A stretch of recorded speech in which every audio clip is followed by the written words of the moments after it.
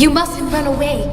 You're looking at the most advanced weapon system ever developed by man. You must confront your father. Either we stop that angel, I mustn't run away. The synthetic humanoid Evangelion. And you must confront yourself. or humanity's future ends here. This is Unit 1. Vice Commander, we confirm the target is coming online. Understood. All personnel to battle stations. Condition 1. Terminal signal plug. Ejecting now. Injection confirmed. Inserting entry plug. Psychological contamination is within the standard range. Now flooding entry plug. Wait, what is this? Just relax. Once your lungs are filled with the LCL, it'll allow your blood to be oxygenated directly. We are go for launch! I mustn't run away. Ikari, are you sure this was the right thing to do? Retracting umbilical bridge. Disengage lock. Release confirmed. Current status. Unit 1 is free. Internal batteries fully charged. I mustn't run away. Transfer Ava Unit 1 to the launch pad. Launch it! I mustn't run away. I mustn't run away! Fine, I'll do it. I'll be your pilot. Ready, Shinji?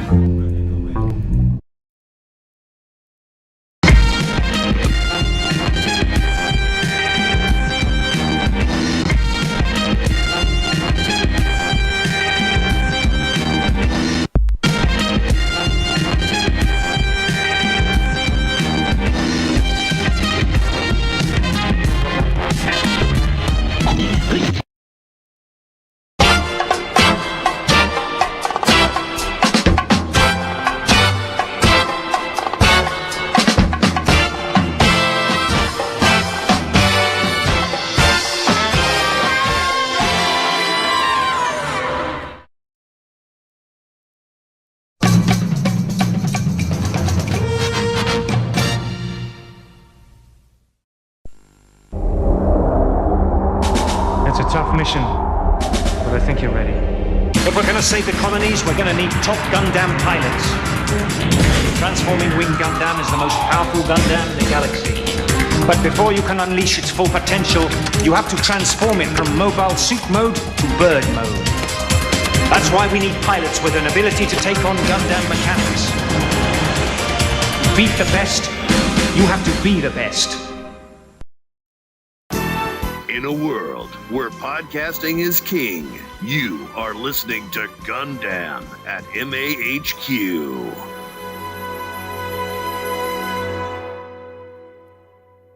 He'll keep calling me. He'll keep calling me until I come over. He'll make me feel guilty. This is ridiculous, okay? I'll go.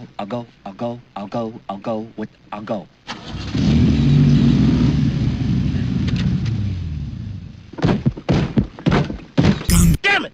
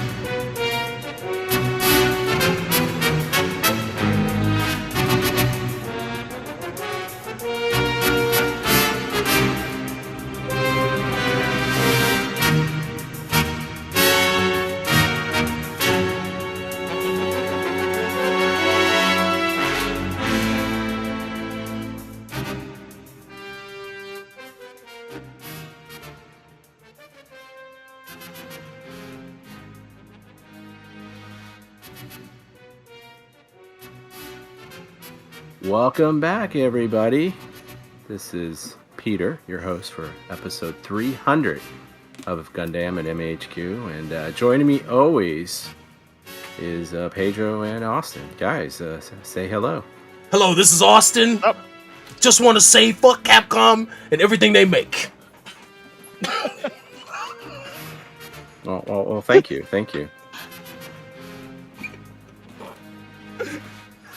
Pedro, how's it going? Oh, it's going great. Just trying to collect different One Piece figures, and yeah, it's fantastic. I'm buying a lot of Move Love, so it's definitely great. It's definitely great. So Cool. on the Mecha Talk forums, I'm known as Pettibera North, and you're South. Do you find that offensive? Well, we don't talk about that anymore. It's 2024 now. That is true. Thank you.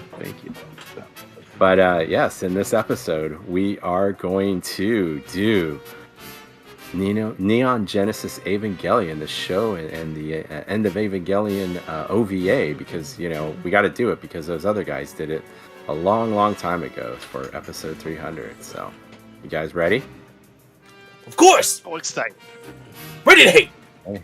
All right. Wait, there's a knock on the door. Who's this? Hello? Hello? Oh, did somebody say Ava? Oh shit! Who are you? Oh, Who are you? Who's this jerk? My name's Fred. I'm here to preach the Hold gospel. on, something's happening to my body. I feel like a force leaving me. Is it my soul? I don't know. My AT field is dropping. Oh. Okay, I'm better. This is Neo. What? Chris, Silbro, you guys okay? I mean, I don't know what came over me, man. What the fuck? I was hating on Capcom. What happened?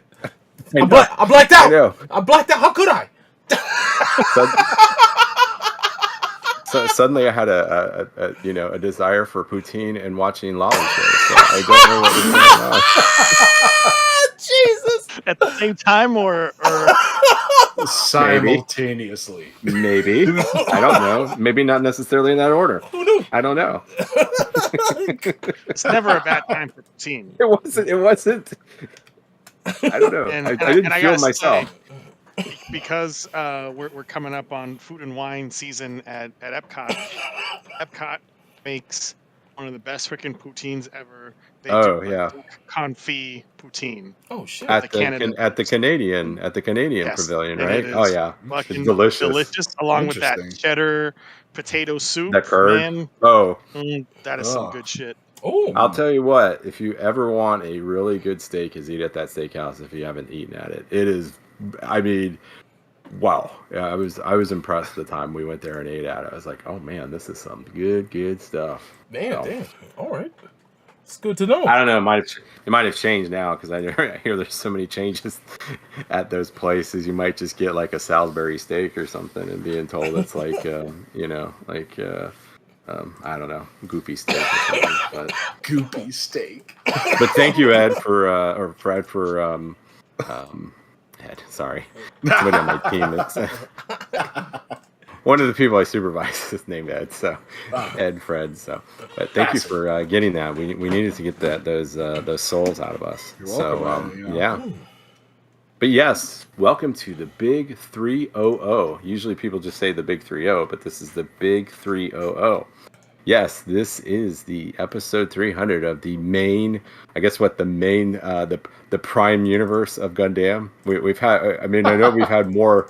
I know we've had more episodes, but those are like offshoots and specials. So, if we go back to what they were fixing in season 2 of Prodigy, there. So the main the main timeline.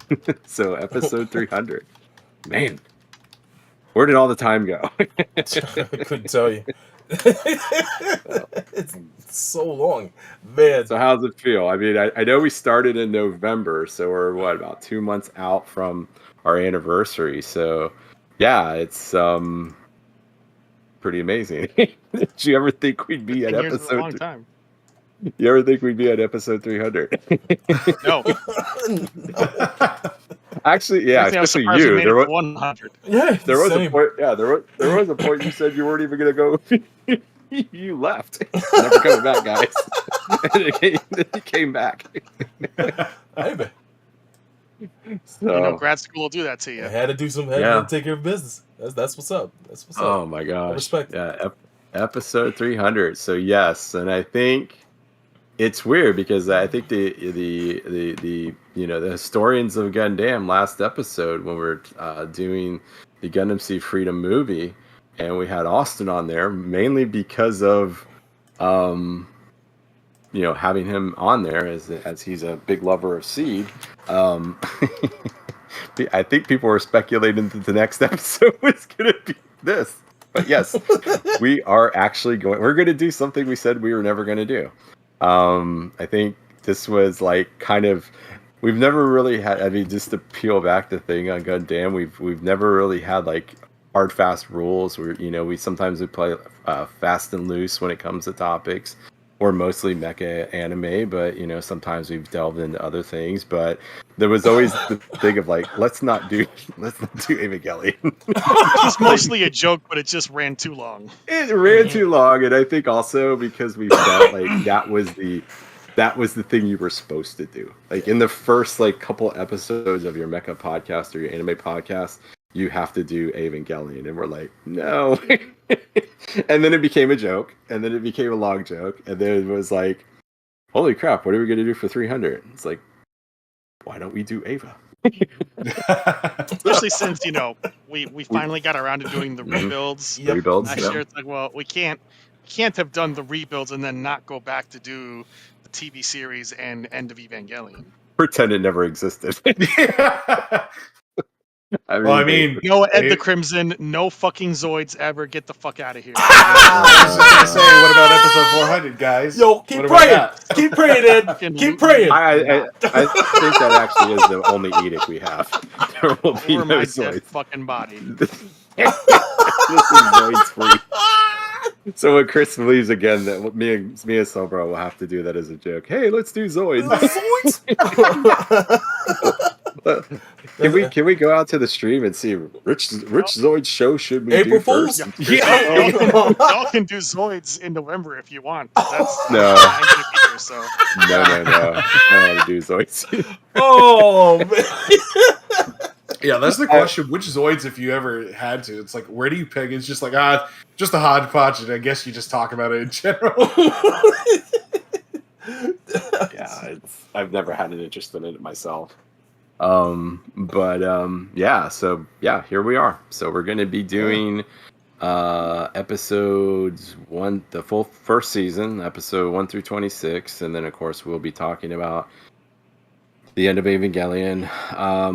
Are we even mentioning Death and Rebirth? Because it's just a bunch of this is a clip show. So basically, clip show and the first part of end of Evangelion. So no, nothing really to mention there. Yeah, pretty much. So I want to apologize in advance to anybody who might hear me coughing in the background. I'll do my best to mute it. I'm getting over COVID, so it was fucking sucked last 2 weeks. Thank you, Dragon Con. I didn't go, but my wife brought it home with her. Did you ask Joe Rogan what to take? What tranquilizer? First thing I did was bleach my lungs, baby. Come on, man. Or pig virus, antibiotic to use. Homie, I got the Clorox and I just injected it direct. He's just saying. He's just asking questions. I'm just asking the question because I took why horse. I took why horse does a medicine. hamburger have ham? I'm just asking the question literally no one would ask because they're not stupid and I am. Oh Yeah. man. Yeah, somehow I dare to be I've stupid. failed up in life. I've been just a terrible comedian. I was on this shitty, stupid Fear Factor thing, and somehow I just failed up because most Americans are morons. Yo, And, shout outs to Ed. Ed says I took horse electrolytes. That's what plants crave. Yeah. What is that thing? Blammo. What was it called? What was the thing on Idiocracy? I forget. The freaking sports drink they had. Blammo. Was it Blammo? It was. I forget what know. that thing was. Yeah. Oh god. Because that was the whole thing. It's called electrolytes. It's what plants crave. It must be Drano. Brodo. Shout out to Amaro. Rondo. It was Rondo. There you Yeah. go. Rondo, the thirst eliminator. Thirst mutilator. It was a thirst mutilator. And sadly, how did we think why is that now actually current history? So become that. So, but welcome, Fred. Eric Cruz runs for president. Watch out. The thirst mutilator. Yo, shout out to Cookie Mom over in the Twitch chat. Yo, props to everybody who's watching live tonight. Thank you for tuning in. If you like what you see here, please hit the follow button here on YouTube or on Fighters Ready over on Twitch. Also, make sure you visit MAHQ.net. That's the Mecha Anime headquarters. If you've never been, go there, hit the favorites button, and check back often. It's a lot of great features here on the website. Reviews of Mecha Anime, long past, including Chris, you ever did a formal review of Ava on MAHQ? No, never did. That's kind of where things even started, even way back to the thing. Before it was a thing on Gundam, it was a thing on MHQ that, true. You know, the founding ethos was that I wanted to highlight things that were not well known in the Western anime community, and Evangelion was so well known that I said, I'm not going to cover it because what could I possibly add to the discussion that hasn't been said already? True. And 24 years later, here we are. There you go. Yeah.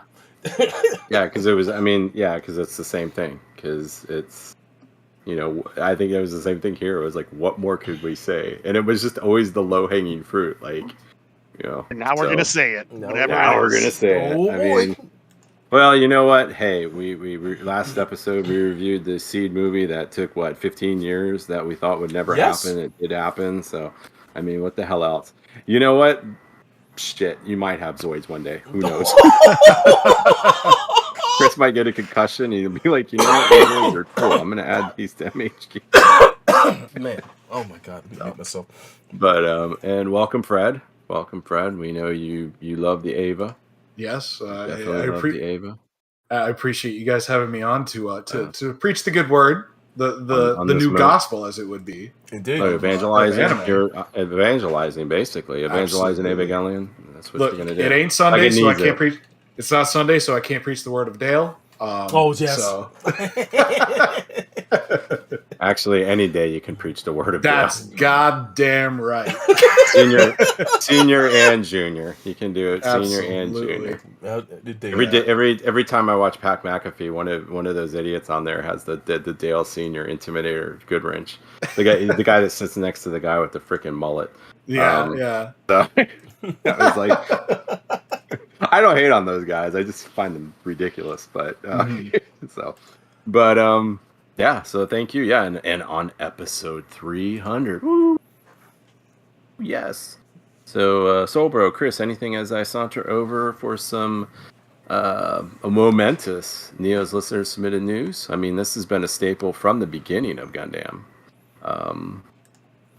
This is probably our longest running our bit, right? I think so. The news. Yeah, we've been doing the news since the first app, so yeah, that's maybe this and what? Probably Silver's boy, Silver's man. Silver's man would probably be the second, yeah. Mm-hmm. Which I'm curious to hear who Silver's man is in this series, but I think we probably would have touched upon this with the rebirths, but we'll see what happens. But I already know who it is. Oh man, he's probably one of my favorite characters, but we'll see what happens. Anyway, I've got nothing. All right, so Chris, anything? I know you got something at the end if it's not covered. So, but yeah, first one here comes from MCT Dread, and it looks like Crunchyroll has added Star Blazers and Space Battleship Yamato 31.99 animes. So, that's pretty cool, right? Yeah. You guys liking that? It's Yeah, always good to see the Star Blazers. So, next one here comes from Rodimus76. Oh, this is so the Battlestar Galactica reboot won't be coming to Peacock after all. Oh wow, that sucks. Sam Esmail. He did Mr. Robot. Sam Esmail, yeah. I never really watched that show. Yeah.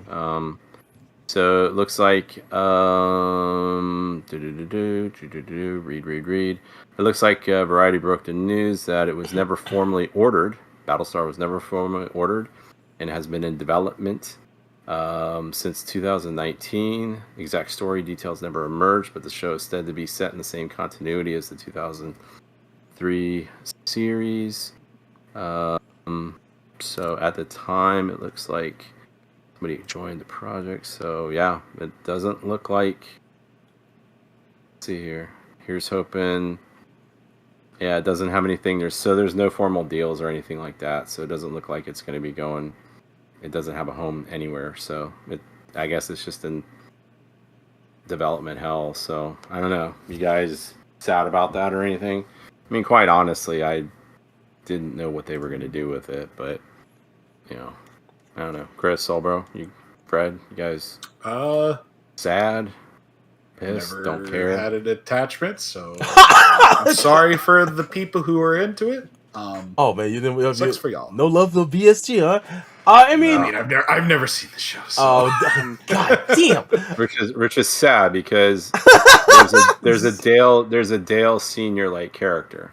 Oh, is really? It? All right, and his name is Bill. Bill. So Bill Adama. Right. That's right. Yeah, he's I'm fine with it not happening. It's not everything needs to be rebooted, carried on forever. We can have new franchises. We can have new things. We don't need to constantly reboot everything.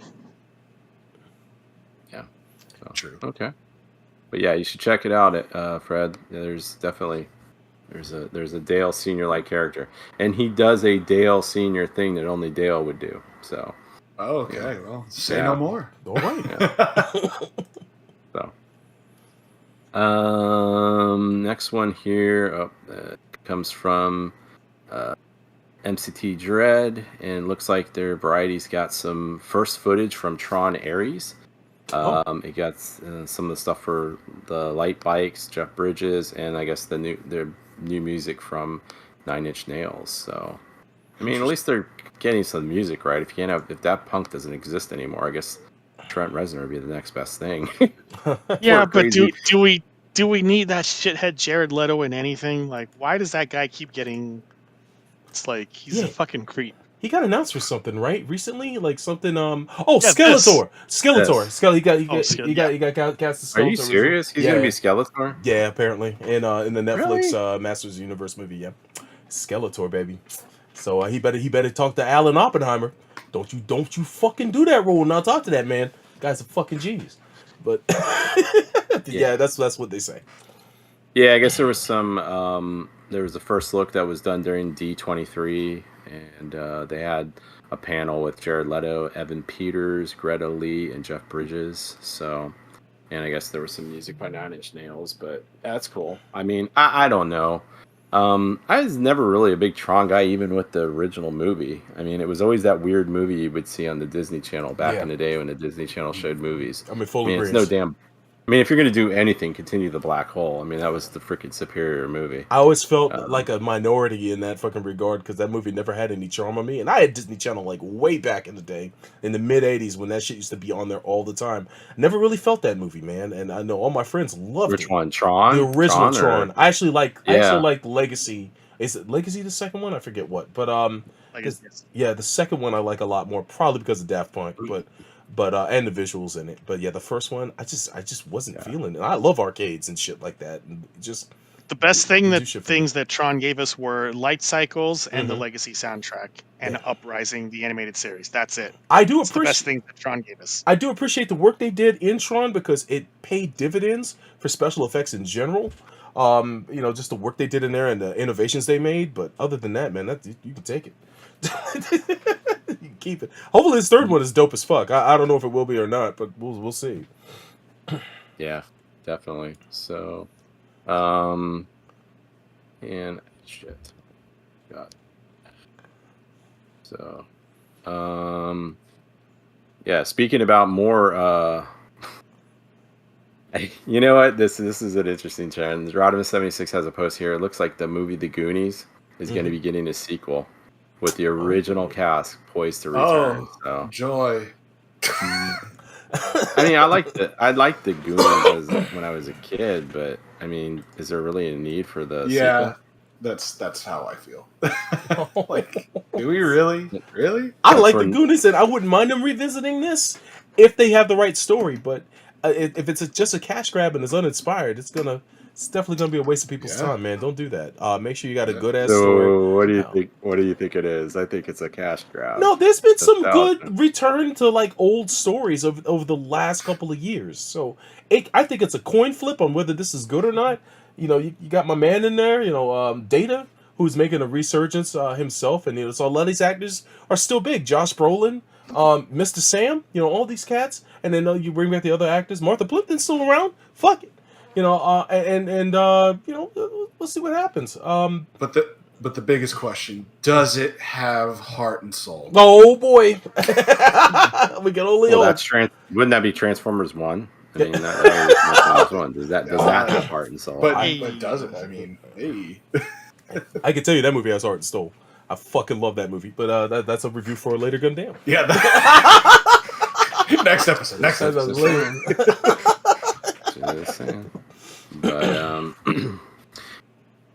so I'm going to go through a couple deaths here. I guess there's 3 deaths in a row that I'm going to cover, but the last one I think is the one we'll talk about the most. One is that Sailor Jupiter voice actress Emi Shinohara died at age 61. Peter Renade, the original voice of Master Splinter in the Teenage Mutant Ninja Turtles, died at 89. Heard about that. Yeah. But of course, I think the biggest one is James Earl Jones dying last week. And at age 93, I was like, wow, I didn't realize he was 93. It's like big win. He was up there, man.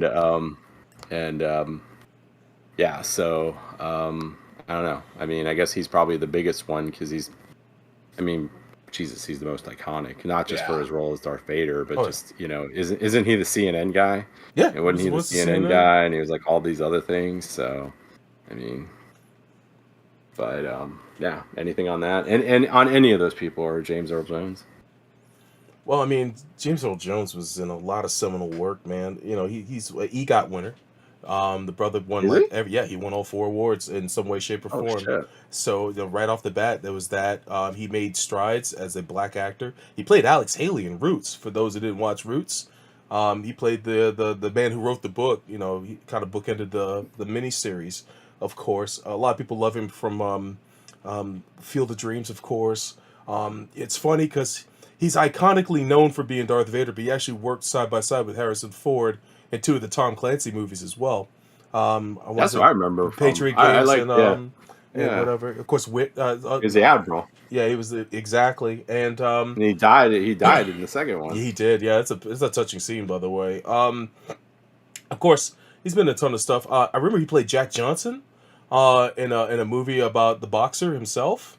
How he had to deal with a lot of racism during that time and whatnot. And that's a movie. I forget what the movie's called, though. I should know this.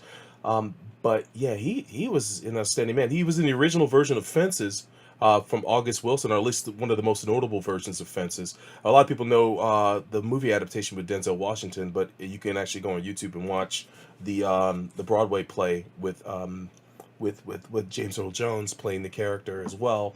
He was very well known for that. Of course, he did a lot of VO. A lot of people love him in the. He was in the first Conan, right?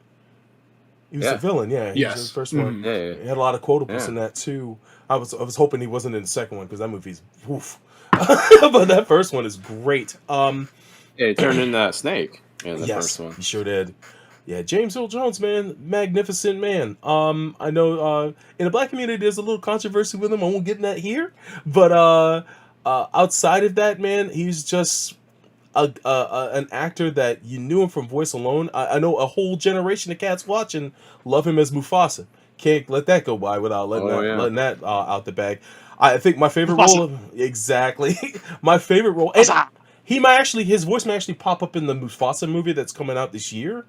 But last but not least, my favorite role of his will always be the king in Coming to America, though. Oh my god, he fucking killed that shit, man. Fucking beautiful, dude. Original, Coming to America, which predates Lion King by just a little bit, but that movie was it's I still watch it to this day. It's fantastic, man. I hope you guys take a moment to enjoy his work and enjoy him. I know everybody watches Star Wars and everything like that, but check out some of his other movies that are off the beaten path if you can. And and plus, rest in peace to all the other actors that passed away. I also wanted to say just a little thing. Rest in peace, Rachel Lillis, the voice of Misty and Misty from Pokemon, and also Jessie from Team Rocket. Man, that was a particularly tragic loss at age 30. I think she was, I want to say 31, but she was mad young.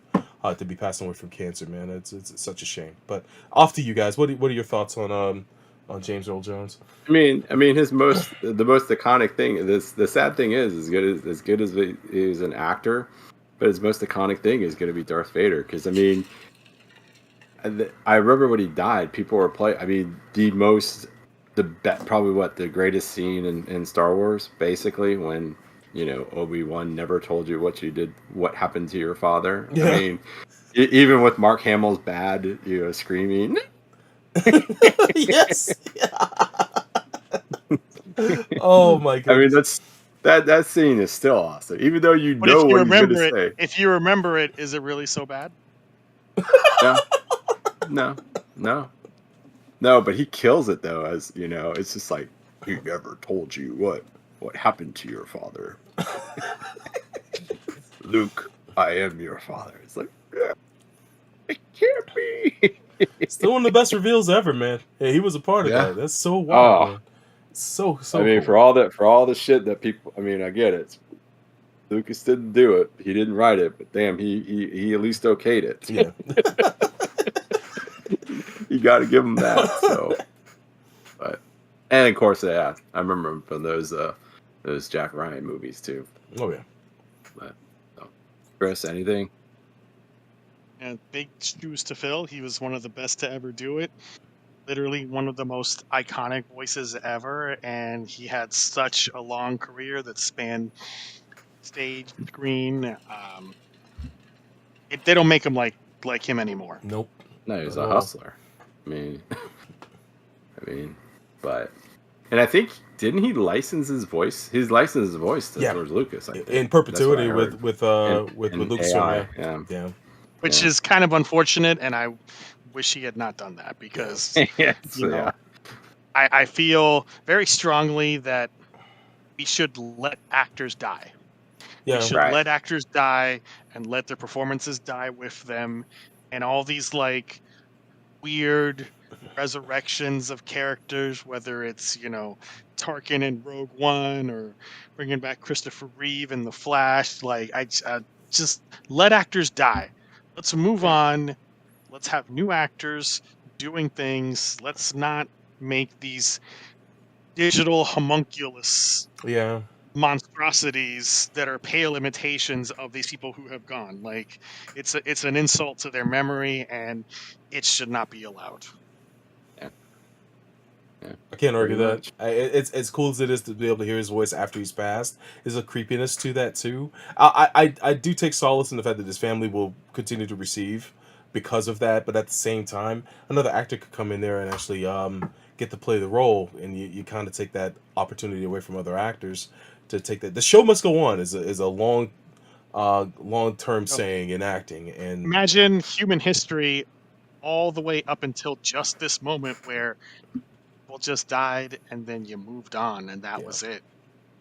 And now we're gonna have these like digital ghosts that just exist of like people's voices and faces being dragged on for all eternity, and it's just fucking gross and weird. Yeah, it is. This is strangeness to it that I don't think I'll ever get used to. But Brad, anything? No, it's a shame we lost almost a good amount of people, like substantial people in a row, and it just sucks, And I hope we don't get to that point where we have this AI-driven digital corpse, essentially, puppeting, of these people. So it's a rough future. It's rough. Jesus. Next one here comes from NCT Dread. Looks like Disney Plus Canada has added 11 Macross anime. So it's coming from Anime News Network. So they've added Plus Movie Edition, 7 the Movie, Frontier the False Songstress, Frontier the Wings of Farewell, Macross FB, 7 the Movie, Frontier Labyrinth of Time, Delta the Movie, Passionate Walker, and Delta Zeta Live. So yeah, pretty cool. How do we get that? How do we get that stuff on Disney Plus? Move to Canada? Is that what we gotta do? Fire that VPN. Fire that VPN up. We're so close, but they have yet to give this to us. It's like, just come on, man. Like, I know we're never No. going to get Super Dimension Fortress Macross. I get that, but come on, can we get the rest? It is kind of tiresome though, seeing like in Facebook groups, especially Macross-focused Facebook groups. Yeah. Every time there's an announcement, oh, Macross hits a new country on Disney Plus, and like 10 billion people commenting, "When's it gonna go to America?" It's like, folks, calm the hell down. Man. Number two, like, y'all have seen this stuff already anyway. You're on a Macross group, for fuck's sake. Like, chill out, please. Fair point. The entire world is not Macross. Play some video games, go touch some grass, go do something else. You don't need to like pee your pants in anticipation of something you have already seen multiple times showing up on fucking Disney Plus. Yeah. And something that's probably not going to happen anytime soon too. So Harmony Gold is blocking hard. Playing goalie real strong. Real estate might go down, so you know. Oh shit! They gotta hold on to their assets.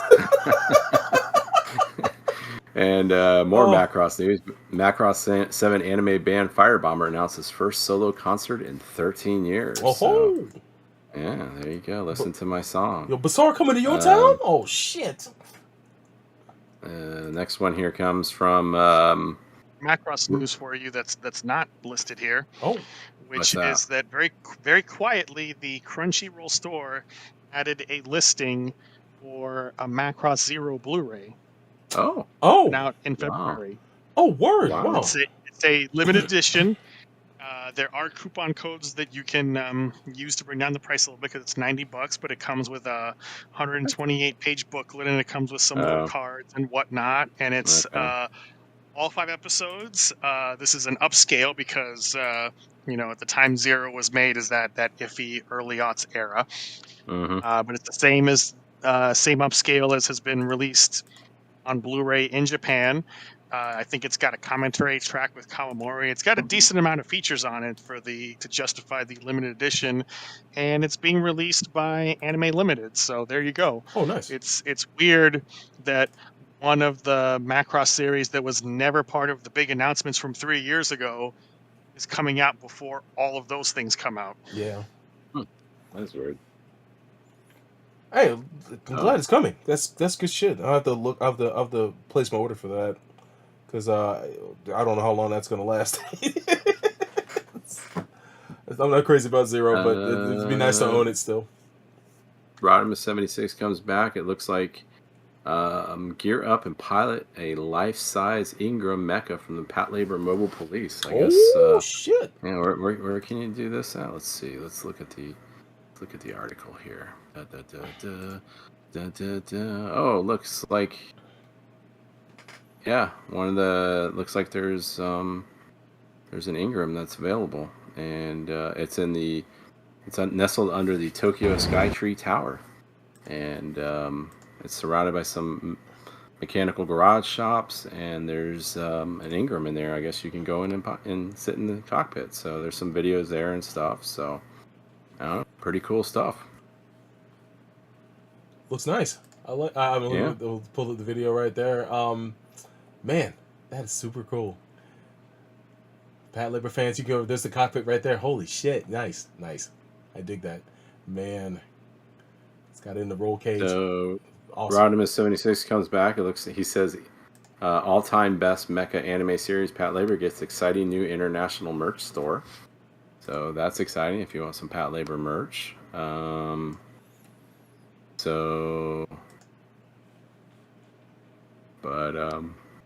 There's some Sorbet news. I haven't seen this in a while. I guess his house got hit. His house was damaged in a hit and run. What? Yeah, from TMZ. So, yeah, looks like his LA house got somebody ran into it and hit the wall and went away. So I'm glad he's okay. The wall seemed better. So I think he probably has to appreciate the destruction and you probably just think, like, fuck, that looked cool though. Yes. Yeah, or he's like, I wish they would have stayed here. I could have given some more pointers. We could have added a little bit Could be, more. yeah. Could have had some explosions. Yeah, I have some. Whatever those explosive charges. I have a couple of them in the garage. I mean, we could have really made this work. Could have found some way to fillet the U.S. military as well. Just do things, you do it the right way. Yeah, Edwards Air Force Base is just down the road, so it's a couple hours north. We can maybe know a guy. I might get a couple flybys of some F-22s, maybe an F-35. You never know. I don't know. Oh, shit. And then Rod was so I actually saw this one today. There was an article on Sci-Fi. I didn't see it through sci-fi.com, but I saw it through another website. I can't remember what it was. But there was an interview with Ronald D. Moore talking to, like, if he would have made Battlestar Galactica, would he make it differently today? You know what his answer was? No, not really. Oh, maybe he should reconsider that 4th season. Well, that's true. Yeah, definitely. Maybe that's what he should do. He should rethink that. He should definitely. Let's forget about that 4th season ever happening. Oof. Yeah, love the show, but that's.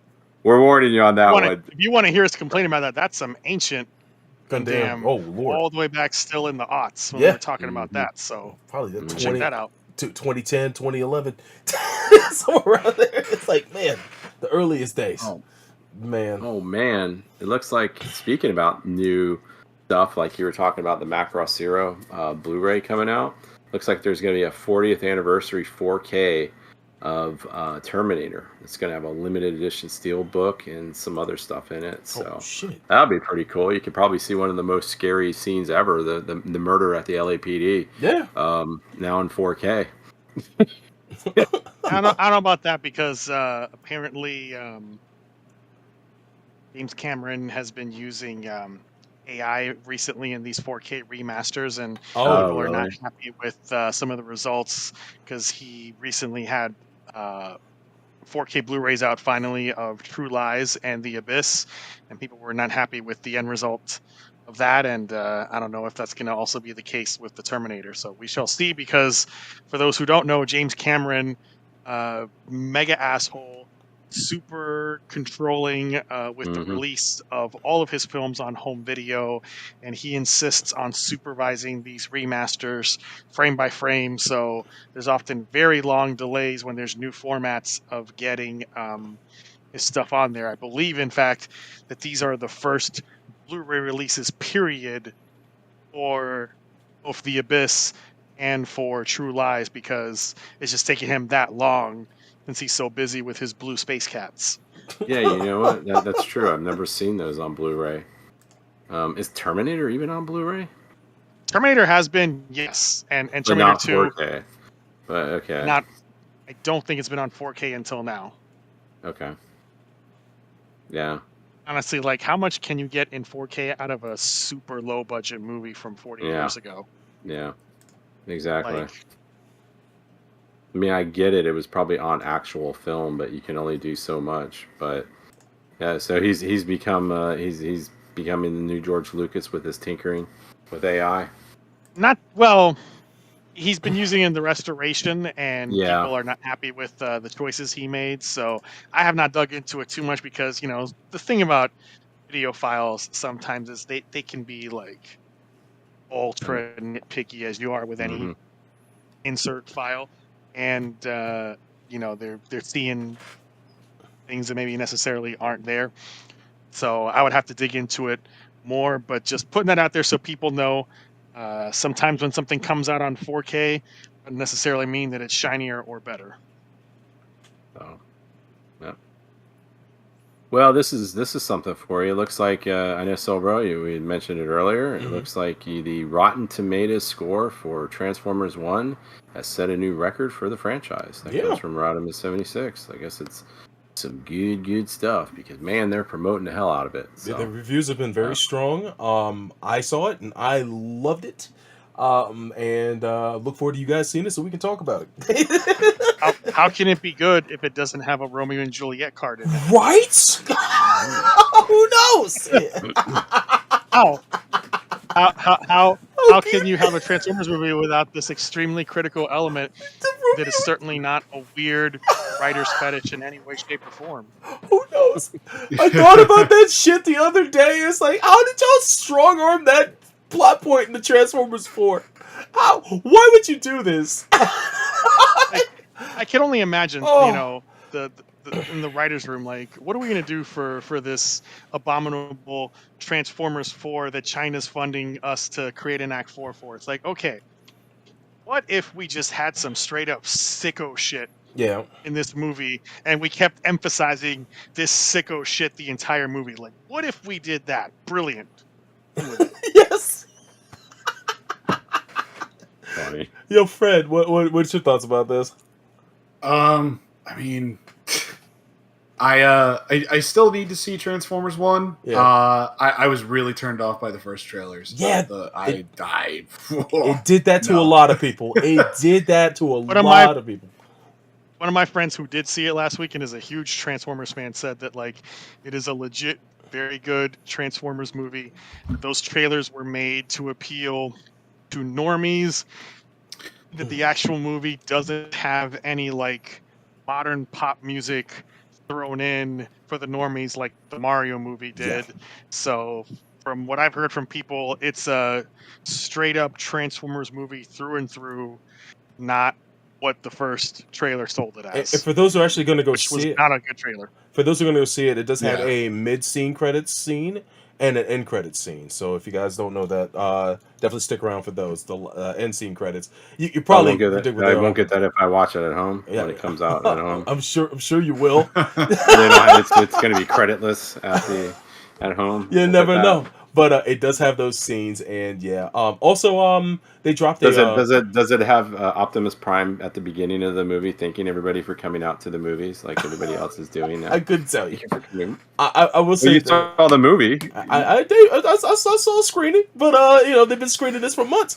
But regardless, also they Studio Trigger released a 4-minute 40th anniversary celebration of Transformers as well. It covered every franchise, every series, including the movies. All anime. Very deep cuts. Very deep cuts, like from the first series all the way to the most recent series, Earthspark, or all have characters featured. It's super cool. If you have not gone out to see it, please hunt it down. It's on YouTube. You can definitely check it out. And it could have been more. I know Fred and I had a discussion where we thought they could have done more for it, but I thought it was a cool piece of trivia, and you never know, it might lead down the road to a Trigger animated Transformers series down the road. But Fred, anything you wanted to say about that? I don't know. It was exciting to hear at first, but then after a while, after actually seeing it, a little bit disappointing. It was more of a damn slideshow than it was an animated short, and it just feels like the rest of the 40th anniversary celebration for Transformers. Yeah, it just felt rushed. They could have done so much better in ways. I am appreciative of what they did and the homages and like the references and like the giving the spotlight to a bunch of parts of the franchise that like people actually forgot about, and it's cool. But I don't know. Also, the Fred, the ask yourself this very important question. Oh, this 4-minute celebration of the franchise. How does it create shareholder value for Hasbro investors? That's the most important thing we should all be asking ourselves: does this create shareholder value for Hasbro and its investors? I mean, you saw Barbie. That was the whole thing for Mattel. They had to go back and make everything right because it was going to screw up the stock price and make people afraid of the product. You can't do that. Oh, I guess that. And come on. And you're complaining about stills. We're about to review a show that's nothing but stills for half the thing. People with their hands up because the cut budgets, not to the cool. Oh, Gendo looks so cool because he's got his hands up there. No, he does it because they're just cheap on the animation. So Jesus Christ, dude. Terrible. We're not even on the topic. All right. Yeah. We're about to get there. Last one. Last one. I think, Chris, I'll give you the credit on this with NCT Dread, but it looks the Patlabor project that's got the new staff and the 2026 start. Yes, this is Patlabor EZY or EZ, yep. I guess, which was announced way back in 2017 and then just kind of went nowhere. They did a little pilot film to try to get attention for this, and same stuff has happened with some other projects like Megazone, and it's like, these old products, these old franchises, they don't seem like they're going anywhere, and then suddenly out of the news comes out that it's going into production for realsies. It's coming out in 2026, and that pretty much everybody from the original creative team of Headgear, except for Mamoru Oshii, is coming back for this project. So it sounds interesting from that, and if you go look at the ANN story, you can see some CG line art for the Ingram Plus, which basically just looks like a slightly modernized version of the old school Ingram, and we're looking forward to see it actually happening if it does come out when they say it will. Yeah, cool. 2026 is when they say. So 2026. So, Soulbro, Fred, anything on that? Just happy new Patlabors. Outstanding news, man. I'm looking forward to watching this, man. Sure. Good shit. Definitely. I'm glad there's all the old timers are coming back, man. That's almost all of them. But back to you. Man, and maybe it's that one last jam. Like there you go. The old rock band has to do one last tour just to to put him in retirement there. Shout out to Headgear. That's all I know. The thing is that since Oshii isn't coming back, that Yutaka Izubuchi, who started off as a mecha designer and then became a director, most famously for Razafon, he's directing this project. Oh wow! And doing mecha designs, along with Kanetake Ebikawa, who most famously did all of Setsuna's Gundams in 00 and also all of the Age Gundams. So got some good talent on this thing. Yeah, man, definitely. And still Kenji Kawai doing the music, so it's going to be good, I think. That's what's up. Oh man, good shit. That's the man responsible for the Exia, huh? Damn. Mm-hmm. Such a nice suit. So yeah, thank you everyone for submitting articles. If you ever have any news articles, you can always go to the Neo's listener submitted news articles thread in the Gundam section on the Mecha Talk forum. And we're going to go into our special topic tonight for episode 300, one and only Evangelion, the TV show, and the end of Evangelion OVA. Correction point for the last two episodes. So, Chris, you want to give a quick synopsis, as you've never really done one even on Mecha Talk. So maybe see if. I don't think we need a synopsis for. Do we? For Ava. Yeah, we probably don't. Do we? No. Everybody has seen. Yeah. Evangelion. Everybody knows the story, so I think we can just jump into our thoughts about it. I mean, if you've been listening to Gundam this long, you've seen Evangelion multiple times. That is true. That's a good point. So, yeah. So you're good with that, Soulbro? You don't need to brush up on the No, I'm pretty sold. We'll definitely cover the plot points as we're talking, so it don't even matter. We're good. But yeah. So I guess the first question we can have here is, how long has it been since any of you guys have seen this particular version of it? Like, for me, it's probably been about 10 years, I would say. Oh wow, that's a lot sooner than me. About 15 years for me. The last time I saw it was the ADV Platinum Edition on DVD.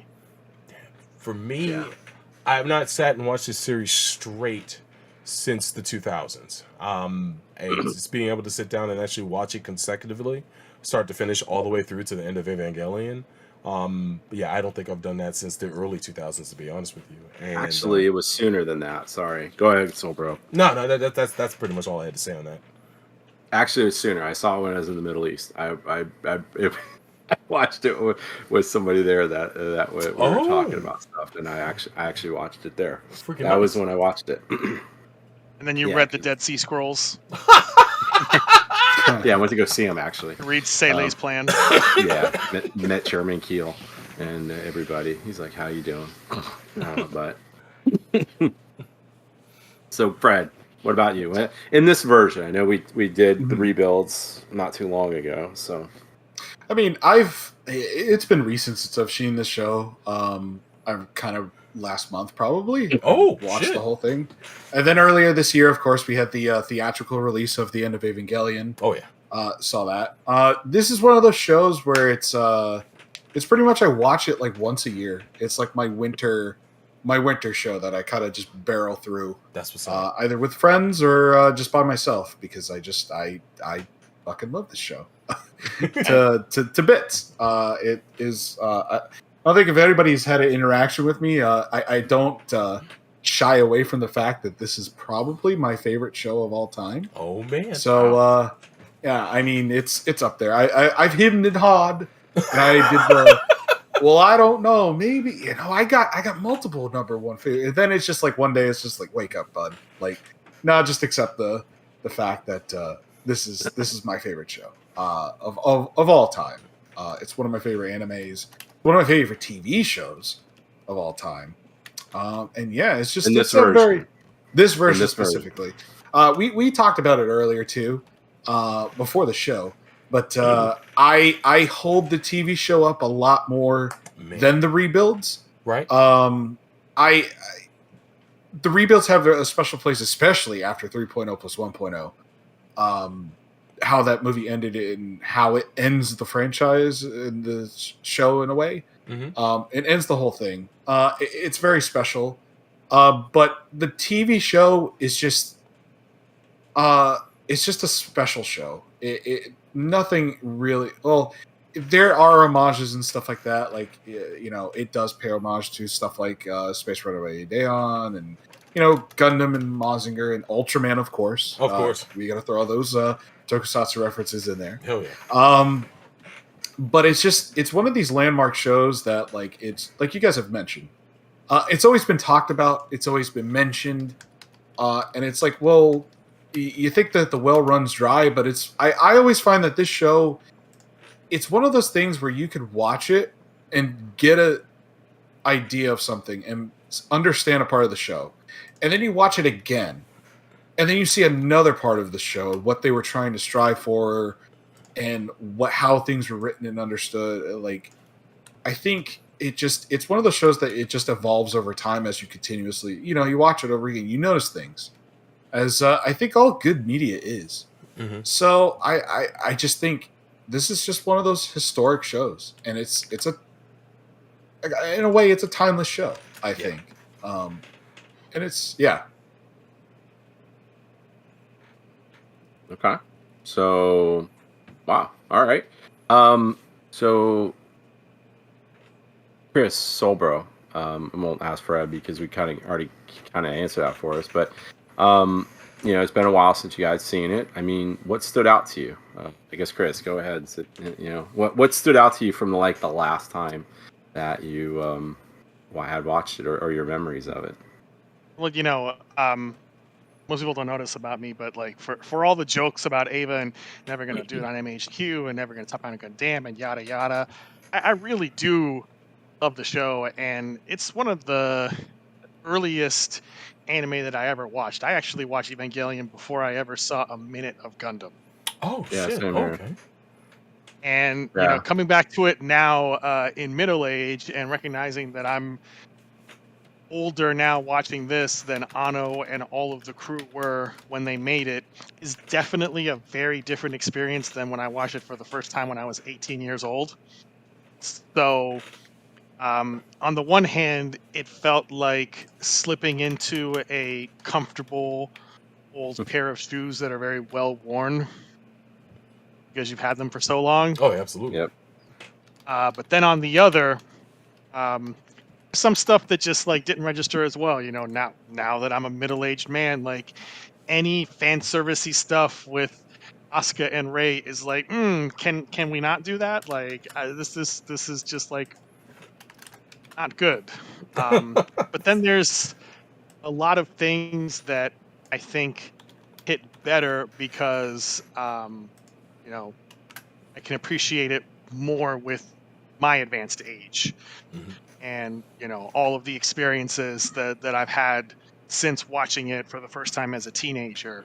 So it's kind of like that joke that you hear that know that you're an adult when you start agreeing with the parents of Disney princesses instead of the princesses. Yes. So yeah, it's kind of like that.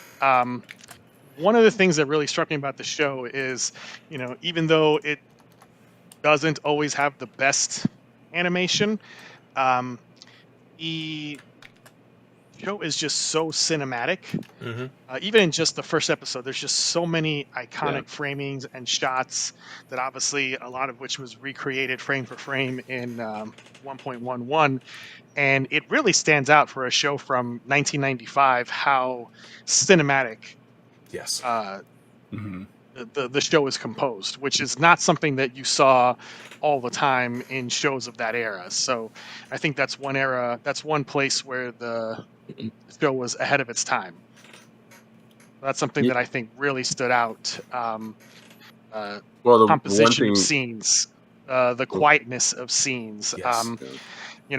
I don't know if Ava was the first anime to do this, but definitely in this same era, Ava and Lane really emphasizing power lines as this liminal space and transitional element, and cicadas. Like, this show really drives that home and makes a lot of use of that element that is now so common in so many other anime. And that other bird sound too, the wah wah, that one that they you would hear every so often too. Oh yeah, I was talking shit about the thing about the hands in front of the mouths and stuff, but they never skimp on the battle scenes and the fight scenes. It's like that is, you basically forgive it for kind of that goofiness, with the fact that the battle scenes and just the Avas always look good. Even the angels, as weird as they are, always look good. And one thought that I had kind of half jokingly throughout this show watching it, I'm thinking to myself, like, man, if Nerve hired fewer computer geeks and maybe some more therapists, so many problems in this show could have been avoided. And I'm jokingly asking myself, like, did all of the therapists just die in Second Impact? Is there like a world therapists convention somewhere that got devastated by Second Impact? It was in South America. Yeah, it was in South America. They just all died. They just all died, and there's just nobody left to give any of these miserably broken people any fucking therapy. It was Manhattan.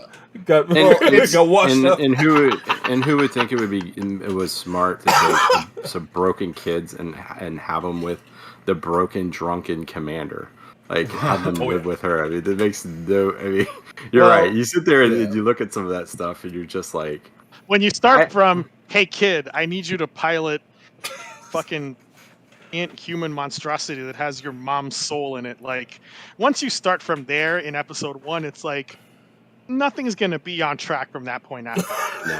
No, not at all. No, it's I think honestly with that whole therapy could solve a lot of these problems, but I think that's kind of the beauty of the show, which is the fact of analyzing that whole thing with human connection, and the whole point of the show, especially with episode 26 and End of Evangelion, where it talks about that the whole thing of yes, human interaction, it hurts, it sucks. Yeah. But it's worth it in the end, because when you reach out and you extend, part of your soul to another person, you could kind of come to an understanding, and you could find love and happiness wherever you may. Heaven is wherever you want to make it, as Yui Ikari says at the end of in the End of Evangelion. Exactly. It's where heaven could just be wherever in your place of happiness, and I think it's it is silly to kind of joke about that too. Of course, why can't they just talk? Especially between Shinji and Asuka. If there's anything as far as a relationship. Gendo. Even Gendo. A lot of these characters. I think, but because you find out, spoiler, you find out in the end that Gendo is the same broken, insecure person as Shinji is. He's Shinji. He's Shinji if he just continued down that dark path of just shutting people off. Absolutely. And honestly, in this show, aside from Kensuke, everybody is broken. Yeah. Well, Kensuke, his mom's dead. And that's not even said in the lots show. of people's moms are dead. Right, but like he's still kind of they're all away. messed. No, not like any of the. I mean, no, but not to the extent. But they still have trauma. Or the what's her face, the class rep. Because we don't know much about her. So I mean, outside of that, she just makes a lunch for. She has too much food left that we're making the bentos. You know, it's very sad. And she still rocks the Sega Saturn in 2015, man. God bless her. Right? Old school retro console. Fuck yeah, dude. That's my sister. And I guess the other thing that came to my mind, and so bro, I'll get to you when is I was sitting there, I'm like, how the hell are they funding this? Like, like Jesus Christ. I mean, oh my gosh. And yeah, it's a crazy thing on that. But yeah, so bro, go. What? Chris, are you done with that? It's just some initial thoughts, and obviously some are a little half joking, but I'll have more to say on some things as we get into specifically the finale, which I think deserves its own little segmented discussion, and then end of Evangelion. Okay. So bro, what about you? Did anything stand out from this time of watching it to the last time you watched it? Well, to contrast where I was at the time I first saw it, I was like in my early 20s. This show came out in Japan. I'm not talking the first time you. Well, I do have a point. I graduated in 1995 when the show aired in Japan, so I was a very young man when I saw this throughout the late 90s, and it was a good stretch of like 3 years that ADV released those tapes slowly. White tapes, 2 episodes apiece. With 2 episodes each. Fucking expensive. My friend Paul, another Paul that I know, was buying them, and then we had a network of people who copied them shits. So we were getting them like piecemeal throughout the late 90s until finally the volume 13 came out. We all watched that, and we got mind fucked, and it left a bad taste in my mouth. Fast forward throughout the many years we've been doing this show and joking about Ava and me having long conversations with Fred and just having a new appreciation for Evangelion, because since then I've seen Secret of Blue Water, I've seen His and Her Circumstances. I have a deep appreciation for Anno as a director and his pacing and his timing and how he frames scenes and how he makes character reveals and story reveals. And going back and watching Ava this time around, I'm looking at it from the perspective of a man who knows Anno at least to some degree and is familiar with his work, as opposed to being introduced to it for the first time. Watching it this time around, I watched it in the course of one day. I was sick with COVID. It's like, fuck it, I'm not doing anything else. Let me just put on Netflix and just watch this straight. And I did. And that's like going on a fucking bender. Hey, right? It felt like it, man. I was high off of Mucinex. Psychological bender. It was. But I watched the show in one day. I watched End of Evangelion probably about a couple days later. So, but watching the TV show, I had a deep appreciation for just the significant arcs the series has, and just how it's presented. The cats at Gainax at that time were real geniuses. From the music, like I can't sing enough praise about Shiro Sagasu's score. I'm a big fan of bossa nova. So to see that he went kind of a 1960s, 1970s route. To be honest with you, this show's soul is in the 70s. From the premise, where you have, like, as Fred mentioned, there's a lot that they pull from Ultraman. You can taste it. You can see it in the first 2 episodes, where the preposterous situation of a 14-year-old kid having to get into this mecha and have to pilot it, and we don't even know what the hell this mecha is, and there's so many secrets that the first 2 episodes hold that get piecemeal delivered to you as the show goes along. It's incredibly well done. It's masterfully done. A lot of people hate the pacing in the show sometimes, where there's just moments of quiet or moments where no characters move, or they save on the animation budget. But I'm sitting here, it's like, this is so good because you are hiding the budget, but in a way where you're not insulting your audience. You're treating this like a high-scale drama, a high-concept drama that really comes across.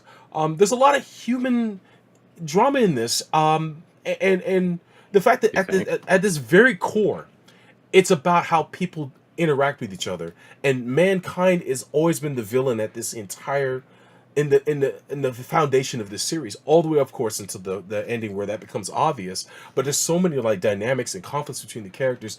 I really appreciated watching it unfold this time around. I could sit here and get mad at Shinji, but I actually love him quite a bit because I've had my own bouts with depression and my own bouts with shit, and being a 47-year-old man, I see a lot of myself in him. You know what's even crazier though?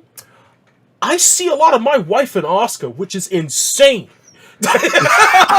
It's insane. When I was watching the show, it blew my fucking mind how much. My wife's German, by the way, like German in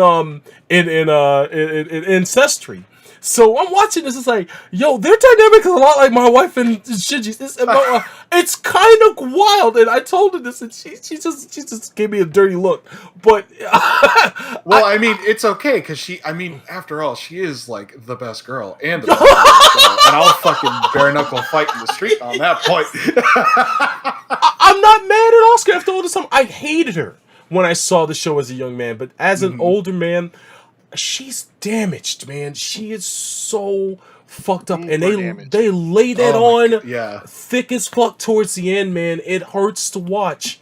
And watching End of Evangelion and seeing how she has her moment, I was so happy for her, man. I really was. Like, it's such a seminal moment in the series to see her get some fucking payback, and finally everything starts to click, and she is just like on a tear, and just to finally see that she finally gets some solace. You know, say what you will about the last frame of the show. There's a whole debate on that. We could get. Yeah, we'll get in that later. But yeah, down from the animation to the direction, they saved a lot on the budget, but when it mattered, they really killed it with the animation, especially with when the Ava 1 goes insane. One of the standout moments, of course, is when Shinji completely loses himself in the Ava, when they're fighting the Angel in the Geo front. I forget which one, the one with the ribbon, the one that fought the with Zurel, the 16. Yeah, that one. Yeah. That one, it's so edge of your seat, especially that moment where it gets into Central Dogma and it's about to light everybody up there, and then the Ava comes out of fucking nowhere. That is such a just stand on your feet moment, just the way that it's paced and presented, and then just to see how it just goes from you cheering to you being absolutely awestruck of how horrifying the Ava 1 is completely unlocked. Of course, the Toji moment, where he's the fourth child, and they take that long payoff of Shinji finding out. I will say that one of the coolest things I loved about the ADV dub of Ava is when Shinji screamed at the end of that episode, the reverb carried all throughout the credits, and I always enjoyed that. I don't think that did that in the Japanese version or in the new Netflix version. It definitely didn't do it. I was actually looking for that, so I went back and just looked at that shit. That shit still makes my hair stand on end.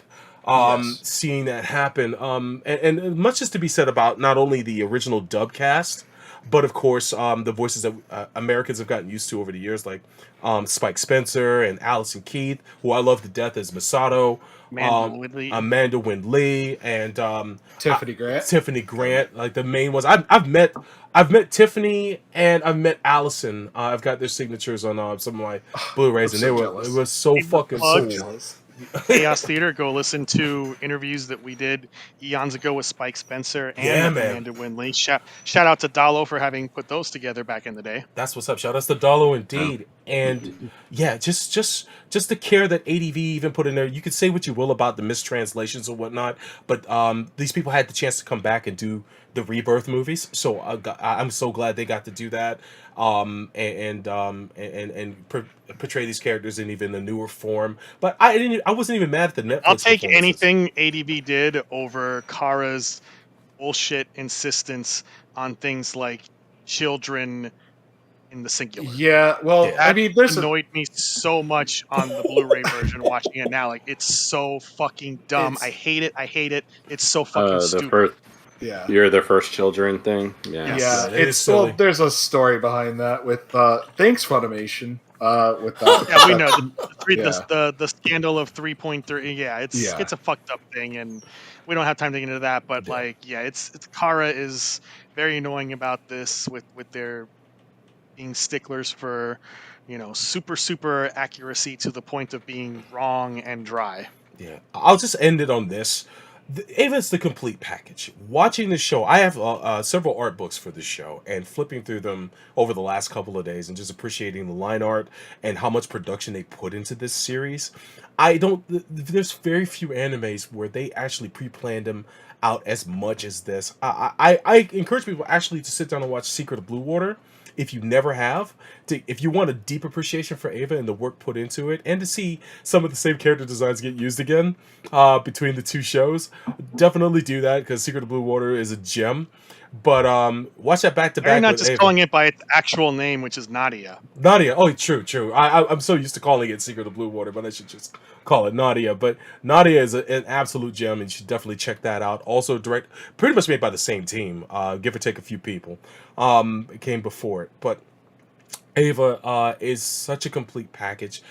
Despite its flaws, it makes me appreciate Rebirth more. After watching the TV show again, and just the love and care put into it. I know it took years off of Ano's life, especially when you see when you see like the hate mail that he got that he actually put into the movies, the graffiti that they did to Gainax's studios and all that shit. It's kind of wild what those people got put through during those years. Mm-hmm. And I guess we could talk about that, but like in that part of End of Ava, it's actually somebody painstakingly went frame by frame and actually translated all those emails and stuff like that. Oh shit. And there's only maybe 2 or 3 instances of hate mail in there. There's actually more people actually praising and giving thanks to Ano and like saying like thank you. It made me realize that like I've been stuck in the shell of like myself, and like I got the courage to like go outside and like meet people. There was even one instance where like, because of this show, I went out and I started talking to people. I have a girlfriend now and stuff like that. So the show does this neat trick of putting psychoanalysis on its own audience, which is a neat trick when you think about it, that a lot of the audience for Ava were otakus watching this and dealing with a lot of the same social awkwardness and issues. And then having to kind of face that shit in the mirror. It probably pissed a lot of them off, but a lot of them probably were better off because of this show at the end of the day. I'll tell you why that is, because, obviously, and I might have said this during the discussion of the rebuilds, but obviously there's a very deep stigma in every society across this world about mental health, and it's dismissed as something that is not serious. It's not the same as physical health. It's seen as people's just individual failings or weakness or whatever. And because of that deep stigma, we are all, wherever we are from, socialized to feel very uncomfortable seeing people's mental health issues on display. Yes. And that, I think, the core of what makes people dislike Shinji and say that he's a wimp and he's a coward and all the memes of get in the fucking robot. Because here's the thing, Shinji is one of the most realistic characters in mecha anime. Obviously, one of his biggest inspiration points is Amuro Ray. And Amuro in early had some like battlefield trauma and just the shock of being in war and having his life being risked so much, and he felt like intense burnout, but then that kind of just went away over time and was not really addressed again until like the end of the series when he kills Lala and feels really bad about it. But Shinji has to deal with this throughout the entire series, and honestly, like Shinji's reaction to being asked by Gendo to pilot the Ava is the most realistic response. Oh, brother, it sure because is. Absolutely. A lot of people view mecha shows as like a male power fantasy, and to some extent they are, because if you are in the cockpit of a Gundam, it gives you the power to do things that you could not do by yourself. Absolutely. But when you think about being asked to pilot this monstrous thing that you've never heard of, and your father who abandoned you is saying you need to do this and you need to go fight this fucking hideous thing on the surface, and it's like, this is such an insane situation. Like, who could ask anybody to do something so utterly ridiculous? And you're telling me with a straight face I have to do this, and then I have to keep doing this, and you're just gonna be a fucking awful person about it the whole time. Like his depression and his anxiety and his desire to want to run away, like that is what any 15-year-old would want to do in that situation. Correct. Because nobody would actually be acting out the supposed male power fantasy. They'd be shitting their fucking pants. Yeah. The second they get into Absolutely. Yeah, and I think the thing that really makes it different than like Armor Ray, like you say that, you know, he has a trauma of war, he gets burnt out, and then he's able to move on. At least Armoro knew what he was fighting for. You can debate if his side was the correct one or not, but it was like, okay, if we don't, this other side is going to exterminate us and things like that. They honestly don't know anything about the Angels. I mean, if you really think about this, you're being told to pilot this incredible machine that, you know, they say it's a, you know, it's mechanical, but you look at it and you're like, there's something organic underneath it, and you're fighting these things. And when he does question why they're fighting the Angels, Asuka instantly shuts him down. Like, you're a fucking idiot. Like, of course we fight. If someone attacks us, we fight them. Like, duh, what's wrong with you? And it's like, no, Asuka, we need to explore this issue a little bit more than just that. And you just continue to keep fighting these things. You don't know what their motivation is. They come out of nowhere. They're different. People around you are dying, getting hurt, and you're just sitting there, and then, you know, you go through the trauma, and, you know, they never really, even up until the end, like, you know, finally at the end of Evangelion, he figures out like what the whole thing is kind of going on here. So yeah, I mean, I get it. People, I mean, it was annoying at times because you do feel like, oh well, you know, wouldn't you fight to protect yourself? But when you don't know what you're fighting for, and I think that's the bigger issue. But you also don't feel that you don't deserve to exist. How are you going to have the will to fight for yourself or anybody else if you don't even think that you deserve to be alive? And I mean, his mother's dead.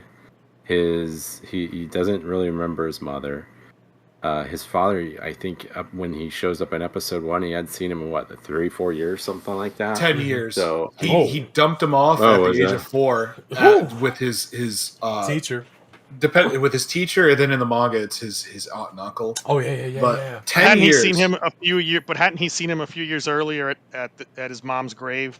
Once, but I remember that briefly. Part. But it was never like they never had an interaction. They just saw each other, and then it was just that no conversation or anything. And then 10 years later, he gets asked, "Hey, come to Tokyo 3." Nothing else. Yeah. And then he's like, hey, like you guys said, pilot the giant robot, save the world. All right, if you don't, get out.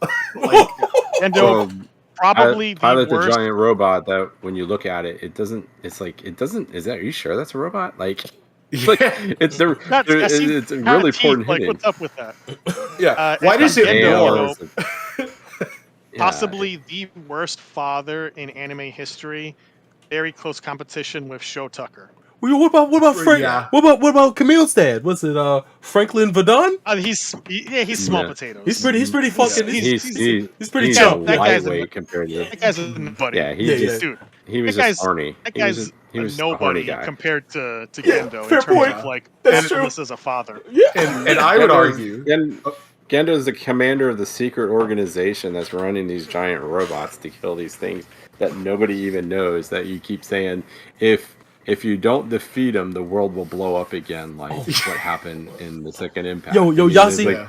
There's just nothing there. Yo, Yazi brings up Charles V. Britannia. He's pretty bad. He's bad, but he ain't Gendo bad. Yeah, he's up there as far as bad dads go. Yo, fair point. Yeah,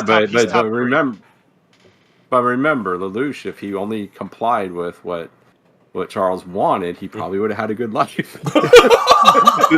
Shinji was actually doing what his dad was asking him to do. He still got fucked up. Well, I mean, I'll say this real quick, and then we'll go into the next thing. Is like when I watch, I'm with Chris. I think it was like an old pair of shoes you go into. One of the things that really stood out for me was, and I think this is I never really saw it before, but I look at it differently now.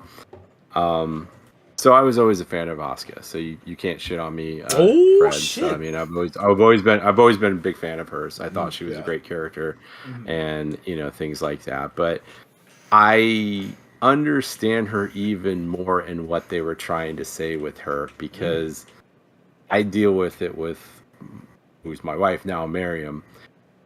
When you are a woman that is talented and educated, I mean, remember, Asuka graduated college at 15. She's definitely smart. She's definitely good at the AVAs and stuff like that. But when you do things and you don't get noticed, but the man does, and they pour. I mean, and they're all guilty. I mean, even Masato was guilty of it, and she had her reasoning. I get it, but for women, Miriam deals with. She's in a male-dominated world where she will say something in a meeting, and then they won't say anything, and then the man will say it, and it's like, oh yeah, right. And that's the things I was seeing in that, because I was like, I never really understood this before. That's where her motivation is. Yes, her motivation is, she has the family and she wants to be the best and stuff. But then when she does things, because there are parts of it where that point where they're doing the sync tests and Shinji's doing well and things like that, and it's always like, I think there's even a point where it's like, good job, Shinji. He's like, what about us? She actually said that, what about us? So that was the thing that really stood out for me as somebody watching this. And I was like, oh, I even get her. I understand her more now, because I see it with a person that I'm with who complains about this, who has to deal with the same things. And I think neither one of us can even comment on that, because it is a very real thing. Absolutely. And that's the thing that I was like, oh, because people always say this is about Shinji, and it's like, no, it's about her too. Oh yeah. In a lot of ways, it might even be more so. But that was the big thing that I got from the last time that I saw it, and that really could. And yeah, you guys are right. I agree with a lot of the other things you said too. The animation is great. The use of music, master of the silent, long, still scene. Some of those scenes, you're just like, they still hit now. You're like the elevator scene, just all of those things. Yes. Wow, and then definitely the whole kind of secret society, that whole weird thing in there too. So it's got a little bit of everything. It's got the mecha battles. It's got kind of the sci-fi whole tinge. It's got the the evil secret organizations ruling the world, saying they're going to do one thing but have something else going on. Absentee father, his crazy acolyte and Fuyutsuki. I mean, it's like why are you following this guy? How is he so charismatic that everybody believes that Gendo Ikari can really do all what they're saying to do? But yeah, so that's kind of mine. That's the one thing I forgot to mention. I was telling these fellas before the show started that I think the masterstroke episode of this series is episode 21, The Birth of Nerve. There's so much heavy lifting that one episode does. It puts so much into context. I kind of think it should have came a little earlier, but I'm glad it didn't, because it held up the mystique of a lot of the mystery behind certain elements of Eva until we got to that point. But the focus on Fuyutsuki as a character, every time I see him, he looks like old Bright Noah to me, which I guess Bright Noah's design played a little bit into his own design, just like Misato's design is heavily influenced by Sailor Moon, because the same woman voices the character. Between the two of them, Kotono Mitsuishi voiced Misato and Sailor Moon around the same time. Those shows were running simultaneously. But I have a deep appreciation for Fuyutsuki as a character because of the things he's seen and the fact that he went along with his mad plan. Because he was about to sell him out. He was about to go right to the authorities, and he probably would have never seen the light of day outside of the Geofront if he decided to go that road. But he was so intrigued with what Gendo was doing. It's kind of like being Ishmael in Moby Dick. You know, you just witnessed all this shit. You're better there than you would be if you weren't there, because then you can kind of be the conscience for Gendo, as little conscience as he has left. So I appreciate his character more as a 47-year-old man than I did when I first saw the series. But yeah. Actually, I think that episode's perfect where it's at, because you're in the same situation. Mm-hmm. Yeah, because you're in the same situation as the characters. If you think about it, even Masato, she's the military commander. Oh yeah. And she doesn't even know what the hell the thing's going on. Oh, boy. So Yeah. it's better in context to have it that way, to me, because that's when it really mattered, because that's when they started finding out and they never even really saw it until the last minute. Yeah, her whole arc becomes 3 Days of the Condor at one point, where she's unveiling all these conspiracies and shit, taking over for Kaji, which is a huge loss once he gets shot. By the way, who do you think shot Kaji? Because that was always a mystery back in the day on who shot him. Do you think it might have been Ritsuko? I think it was just somebody from Sele. You think so? I don't think it was anybody that he knew. I think he was just expecting to die. Man. He just knew, and he was just like, "Well, he finally showed up." There's always that implication of like, "Oh, Masato maybe could have done it," but like, I really don't think he was. I don't think Anna was going for that. I really don't. I think she was just. No, it was the men in black. For sure, it was probably just a team that came in. Maybe 2 or 3 guys that just walked up and just, because remember, he was getting tailed at that one point. Once he lost his access, they were following him. So I remember that too. People were like, "Oh, it's like, no, he probably just got shot by some guy." I mean, what? And for him saying what he said, that's who he is. Like, he's going to say that even if he doesn't know who the person is. It makes no sense that Masato would shoot him, because she took up his charge. At that, after he had, it wasn't her. It just makes no sense. Although they tried to bait you with Chekhov's gun, with her gun being handed to her and all that shit. But yeah, it's there's no chance that she could have done it. Standard issue weapon. Yeah, I mean, so it's but all right. So I guess. Next thing, I guess we could start going into segue of this is, anything other. So, Chris, any episodes that really stood out to you in the show? Ones that still hit the same, maybe ones you didn't appreciate before, now you do. That episode 21, that definitely hit with just all the stuff that's been mentioned. Episode 18, seeing the Unit 1 utterly wreck Unit 4 and then just smash Koji's plug, and just like the horror that's like it just goes into straight up like horror. I would say any of the times that Unit 1 awakens and is just roaring and like acting like a beast, that is just creepy as fuck. Yes. Especially like seeing it like on all fours, and it's like this thing is wrong. This is an abomination. When you see like when its arm gets ripped off and it regenerates it, and it's just a straight up human arm, it's like it's just so gross. Yes. And then when you know that it's his mom's soul in there, like that's the other thing. I do have a bit more appreciation now for the Jet Alone episode because of the character development between Masato and Shinji's relationship. One thing that sticks out more for me in this watch, and what I would say is my biggest complaint about the TV series, which is not the finale, by the way. My biggest complaint about the TV series is that, given his overall importance in the franchise as a whole, I think that the TV series introduced Kaoru far too late. Yes. Because he's only in episode 24, and he has a very small role in End of Evangelion, and obviously he plays a much bigger role in the rebuilds. Yep. But I feel like his character should have been introduced a lot sooner, so that you could build up the relationship between him and Shinji, and so that you would really feel Shinji's feeling of betrayal when you find out that he's the final angel. Right. Because Right, he's just because- there as this rando guy in one episode, and it's like, oh, Yep. he's an angel. Oh, what a surprise. This random guy we've never seen before that's all sus turns out to be an angel. Who could have ever imagined this?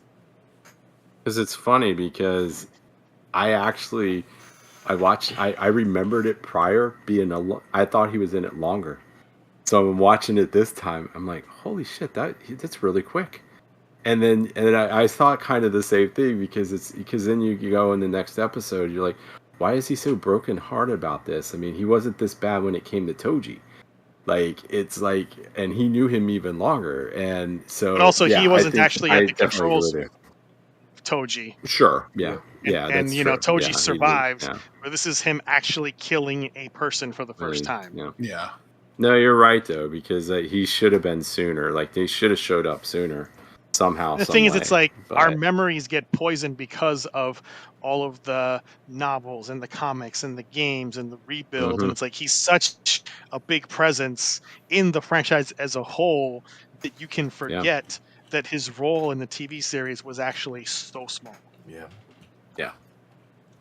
So Very I minute. really feel he should have been seated a lot sooner, just to have proper development.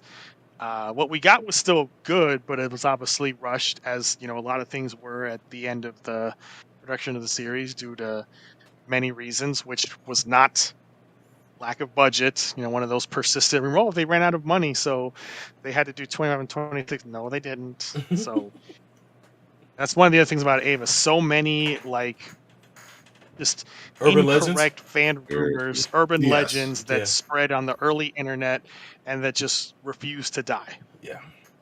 Yeah. And Ava is like the king of that. Yeah. But that's my one big complaint. Something that stood out to me, like, you know, that he just should have been introduced a lot sooner, and obviously the rebuilds kind of rectify that. Yeah, I always liked the Jet Alone one. I liked it even more because it's definitely I definitely think it's an homage to Jet Jaguar some way. Yeah. And, Absolutely. And I do like it because it is that one little point where you have like the rival, you know, you have the rival agency or the rival like contractor sitting there saying, hey, we can do the same thing. It's not going to be, you know, because it seemed like it was an open secret that these Avas were just like these crazy things. Not only the budget thing alone for them, but I guess it was known that these things were unreliable and you know, would have these issues, because it's like you find out later on about like all the failed you know, all the failed Ava units, and like some of them are deformed, but it's like, why were they really failed? Is it because they had the same problems of going berserk and going crazy and just being these hideous, monstrous things? So, anything else, Chris? Any other episodes that stand out or things that hit in a different way than you remembered from prior? No, that's it for me. Soul Bro? I know- Outside of episode 21. I touched upon 18 and of course 21. I would like to talk about the last two episodes actually. And how they Well, actually. hold on Oh, you before want to you go wait? to that. Okay, I'll hold off on those. Other than that, So- a great deal of the episodes I love, including the both of you fight like you want to win. I want to say that's like episode 9 or something like that, where both Shinji and Asuka have to synchronize and we're and I attack still those. think that's one of the best episodes. It really is. I always felt it was one of the best, and I still think it's one of the best. Hell, Asuka's introduction is dope as fuck. And which is like the That episode one is beforehand. up there too. Yeah, that one is super cool. I just like the setting of where they're at and how they have to fight the angel basically in its own territory, which is the ocean. And just to see the contrast of what the military's been reduced to versus all the priority that Nerve gets was a fascinating dynamic to see. Plus, that's also Kaji's introduction as well. You know, one of the coolest things about the show is the scale of the weapons and how they're implemented. The the sniping episode with where both Rei and Shinji have to work together and use the all of the power generators in Japan basically to fuel that sniping gun. Operation Yashima. Oh yeah, exactly. That is such a cool That's episode. one of the best ones too. It's such a cool app, man. The set pieces in this show are absolute brilliance. They just are, and they use scale. What's cool about those episodes is that it actually shows. I think what makes those episodes so great, like Yashima, Asuka shows up. Yeah. The synchronization episodes, and even the one with the one where he the shadow angel. Yes. It's like they always have instead of just using the brute power of the Eva, they actually formulate a strategy. Yeah. I always felt that and it's kind of something that gets lost later. That's kind of, in the end, it just is the overall. Unit 1 now is the most powerful. It doesn't need the power cable, or it's got the the S2 engine in it and all this stuff.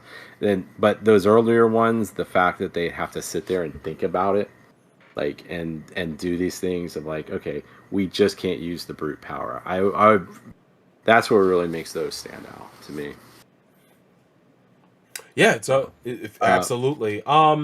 Yeah, I would say those stand out in my mind as some of the best episodes. The second episode, I think, is chief among them because of how they present that fight finally. After they tease you with it at the end of the first episode, and then they make you wait. But when they finally unveil it, it's everything you hoped it would be. And then just the toll it takes on a lot of the characters after the fact, and the cleanup in episode 3. Like, there's a continuity in the show that is fascinating to watch, and just seeing Tokyo 3 as a character and the people that live there, and how it's a staging ground for all this action. And it again, this production behind this show is magnificent, and it shines with every episode when it comes down to it. But I'll throw it back to you guys so you can give your opinions on your favorite episodes. So Fred, we know you see it a lot. It's an annual thing, but is there anything since your last viewing that with any of the episodes that you maybe didn't see, or something that it reinforces your I think the whole thing what with you've had in the past. Well, I think the whole thing with, as far as with mental health and stuff like that, kind of it becomes a forefront, and just speaking about it, and how Otto kind of uses the show as a way to propel like this kind of narrative and stuff like that about, like, again, the human interactions and stuff like that. I do say, like, I think, as shocking as it is for me to say, the monstrosities that are the Evas, kind of just this last rewatch that I had, it's so apparent. It's just that these things are monsters. The sound design alone for these things it's insane. Because like a Gundam, like a regular Mecha, like you hear the creaks and groans, and like when it moves, it takes a step. Oh yeah. But with the Evas, it's something different and it throws you off, especially if you listen to the Japanese audio, where you hear, like, in the first episode, you hear Unit 1 growl whenever it protects Shinji from the falling debris and stuff like that. And it's like, wait, I thought this was a robot, guys. Like, why is it growling? And it's like, and especially episode 16 with the Shadow Angel with Lilel. That scene, and I love whenever it kills Zurel. And it goes on all fours and becomes animalistic. Yes.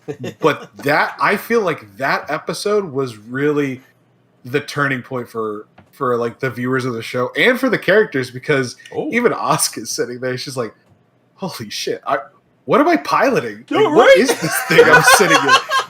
And it's this animalistic... It makes you wonder, is like, how did they sell this? How did they get the funding for this? It's like, we're going to create these monstrous things. I mean, and then they're like, oh yeah, at one point when it breaks out of the armor plating, and Ritsuko's like, yeah, but we're getting out of the restraints. And they're like, what? They're like, I thought it was armor. It's like, no, it's a restraint. And it's like, how do you get people to fund this and buy off on, like, this is the best thing to do? Well, I think it's because, when you learn about the whole instrumentality project, and then eventually you hear about Sele, I think it's mostly because Sele just really do control the world and the government, and they are the shadow organization. So like, Illuminati. I mean, you even see in the show, like even Masato is like, when they're talking about the mass production Evas, they're like, wait a minute, when did these get approved? And they're like, but I thought we didn't have a budget. And they're like, yes, we don't have a budget, but they're just going to do it anyways. And it's just, they're going at the expense of the world. This cabal is going to offer up the rest of humanity as a sacrifice, and they don't care who or what money or how much it takes, no matter blood and money it will take to get to whatever their desire is. Man. So I think that's let me ask you this. I don't know, it sounds like you're versed in this, and not to get too much off, but how do they build these things? Like, how are they born? Okay, so depends on the Eva unit that you talk about. Specifically, Unit 0, 2, 3, and 4 are clones of Adam, where they took bits and pieces of Adam. The only exception is Unit 1, which was a clone of Lilith, which is in Central Dawn. Yeah, they mentioned that, but I was just like, how do they? So they just clone them, and then they just accelerate them that way. It's like, oh, okay. Mm-hmm. And then, of course, you see that part of all those like failed prototypes of Unit 0, where it's a head and the spinal cord. Yeah. Just creepy. Yeah, I guess that's how they grow them, right? Yeah. So. There's a scene in one of the director's cuts episodes. I think it's 22 or 21, where you see like they're talking and they're going through like seeing the spinal cords and stuff like that. And you see random stills, and one of the stills is the birth of Unit 1, where it's literally separating like a cell is separating from like a whole human body is separating itself from the bottom of Lilith. Or Lilith, I'm sorry. And it's just like literally crawling out from the bottom of Lilith. And it's for a split second. If you miss it, you don't see it. But it's those little details that they throw in. Wow. Yeah, like, I mean, I even say that Yui, like, everybody talks about Gendo, but I say that Yui Ikari is even worse, and she is the biggest monster of the entire show. Yeah, because she thought she could get away with doing what she did, and then, she's stuck in the Eva. Oh, she planned everything. She does. She planned everything. There's details... which you could argue the canonicity of it, but there's details saying that one of her family members is a part of Sele, which is how she got funding and how she was going through. Oh, wow. And the reason why she picked Gendo is because she knew he was she could manipulate him because of how emotionally distraught he was and how shut off and stuff. So of course manipulates him. You could see. You could say she has at least one altruistic motive, which is to make sure her son ends up okay. She was ultimately looking after him, I would say. Unlike Gendo, who was looking after himself, he was trying to, basically he wants to see his wife again, which at the expense of the world, even his own son, and of course he realizes it's romantic but selfish, and it's like at the cost of every fucking body, as opposed to a mother trying to look after her child, which is like, okay, granted, there's a lot of people died for this, but I get the motivation, at least with that. It's when you see it, it's like, okay, I get the motivation, but then you see the end result of it, which basically, which I guess we could transition to it, where end of Eva, and she's like, I just want to be I want to protect my son and make sure he's hunky dory, and I want to be a living monument to the human spirit. Even if the moon and the sun, are gone and the earth is gone, she will become the living monument of humanity, just like the primordial seeds that birth the angels and humanity. At the end of the day, so she becomes essentially the fourth astral race. Which she's also as selfish as Gendo is in the aspect of like, I'm only going to protect my son at the cost of everybody else. Yep. And so I've never heard that opinion before, but now thinking about it, I do see some of that because you feel like because there is that point in the day that when they do that look back, and it's the day that she disappears, and she's like, oh, well, I wanted my son to see this. It's almost like she kind of knew what was going to happen. Oh yeah, to her. yeah. She So. manipulated a lot, and it's something to go deeper, but I don't want to go too deep on it. But yeah, no, she's an absolute monster of a person. Oh, shit. All right. Anything else before we go into the last two episodes? I guess Solbro wanted to touch upon those. Yeah, absolutely. All right, go ahead, Solbro. Well, I have a new appreciation for episodes 25 and 26. They feel like a backbone to the movies themselves, because they actually foreshadow some of the events in the films. One particular moment, you see the dead bodies of Masato and Ritsuko. Pretty much Ritsuko floating dead to water, and Misato having been shot and slumped on the ground. And it's like, man, it makes you wonder what the fuck happened. And then, of course, you watch the movie and you see it in the context of the story, but also the Human Instrumentality Project, seeing it from the perspective of being in it, as opposed to in the movie where you see everything that happens around it too. I have a new appreciation for those last two episodes, which I did not have when I initially saw them back in the late 90s, and just what they were going for and the conversations being had, and just the fear of one getting to know someone else, man. I deal with anxiety sometimes. It's funny. Every time before we do the show, I'm always anxious before we actually come out and do the show because of all the things that can go wrong. So, dealing with anxiety every time you interact with someone, and just the awkwardness of it all, and the kind of psychosis that you could throw yourself into. It all gets explored, and I love this show for it. And watching those last two episodes before watching the end of Evangelion, I thought was I think it's crucial. I used to tell people to skip those last two episodes. I wouldn't do that today. I would tell you watch the whole show straight, and then you could skip Death and Rebirth if you want to, unless you haven't seen the show in a while. Then watch them, but then go into End of Evangelion. You'll have a deeper appreciation for how they ended the show on TV before watching that movie. That's what I had to say about that. Chris, what do you think those last two episodes? Hate them, love them, don't care. So yeah, they're definitely weird, but honestly, I have always liked the TV ending more than End of Evangelion. Oh shit! All right. Mm-hmm. And that isn't to say that End of Evangelion is bad. It's good. It's perfectly fine. Mm-hmm. It's a lot of action and spectacle, which people wanted. They wanted plot. They got, all of the big things like the SDF invasion of Nerve and Asuka fighting the Evangelion mass production types and all those, that big damn hero moment. But the ending of the TV series, it's a lot quieter. It's a lot more introspective, and I like seeing Shinji's journey through instrumentality.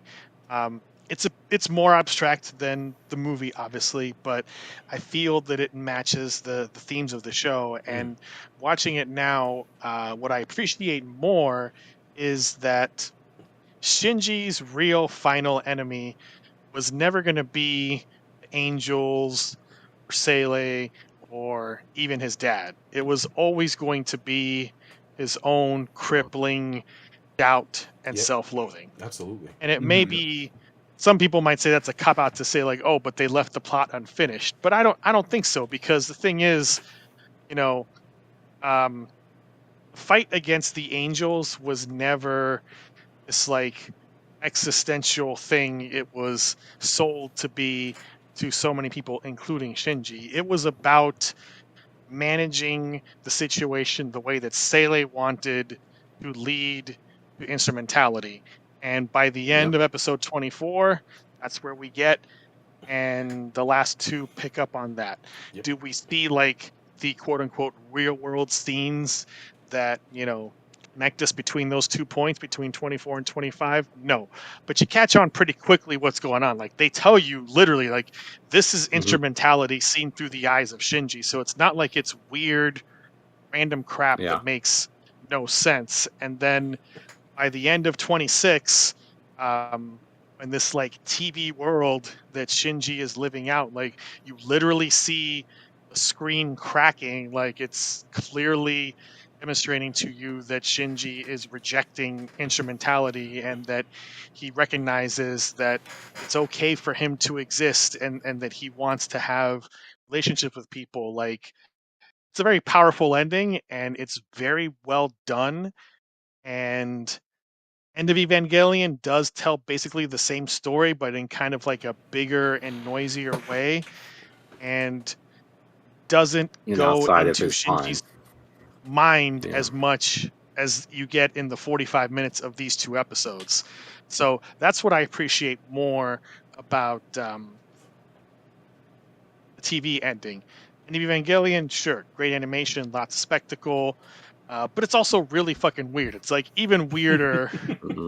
It's like Anno's like, oh, y'all are mad about the TV ending? Okay, I'll give you your action, I'll give you your spectacle, but I'm gonna make it really fucking weird. Yeah, man. On top of that. Oh, the second part's the weirdest.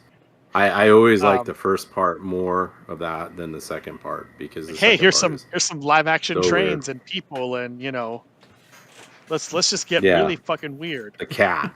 Yes. And is that Asuka, Misato, and Rei in that crowd? Oh yeah, man. And yeah, is that? I was wondering the three women they did show, are those the voice actresses? And maybe no, those aren't even actual people. Those are just standees. They're not actual people. What about the three women they focus on in a particular shot before they show the cosplayers? There's three women within a group of people, but they're standing. And I was always wondering if those. I was wondering if those are that's what I'm saying. Is those aren't actual people.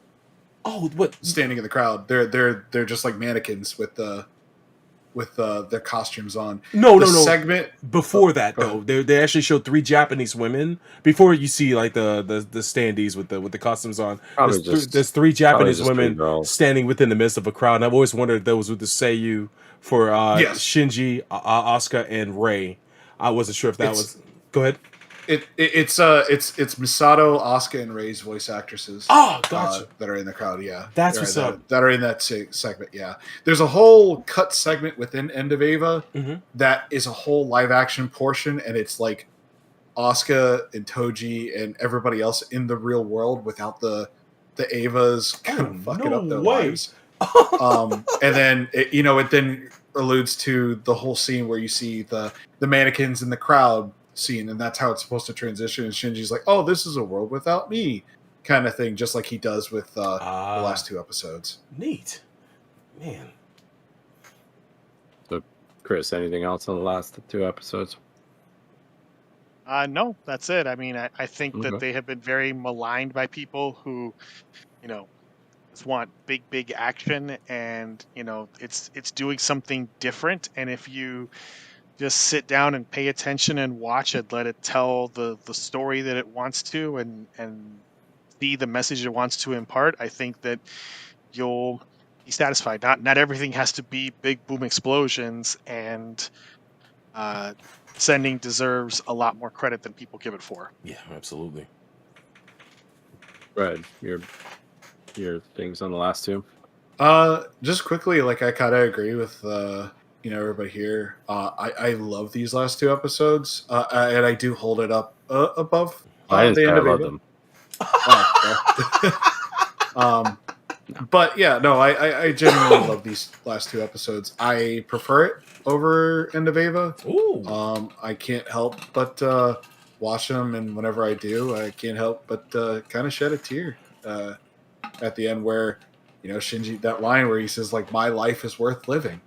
And it gets me every single time. It got me too. I actually got misty.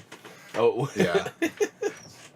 So no, I genuinely and I never got that stigma. I never understood that of like, oh, just skip the last two episodes and watch End of Eva. It's you're doing yourself a disservice by not watching them. Absolutely, you should watch both. Yes, absolutely. Yeah. Yeah, I think it makes more sense in both. Yeah, and. Yeah, I think initially when I first saw it, I didn't know what was going on.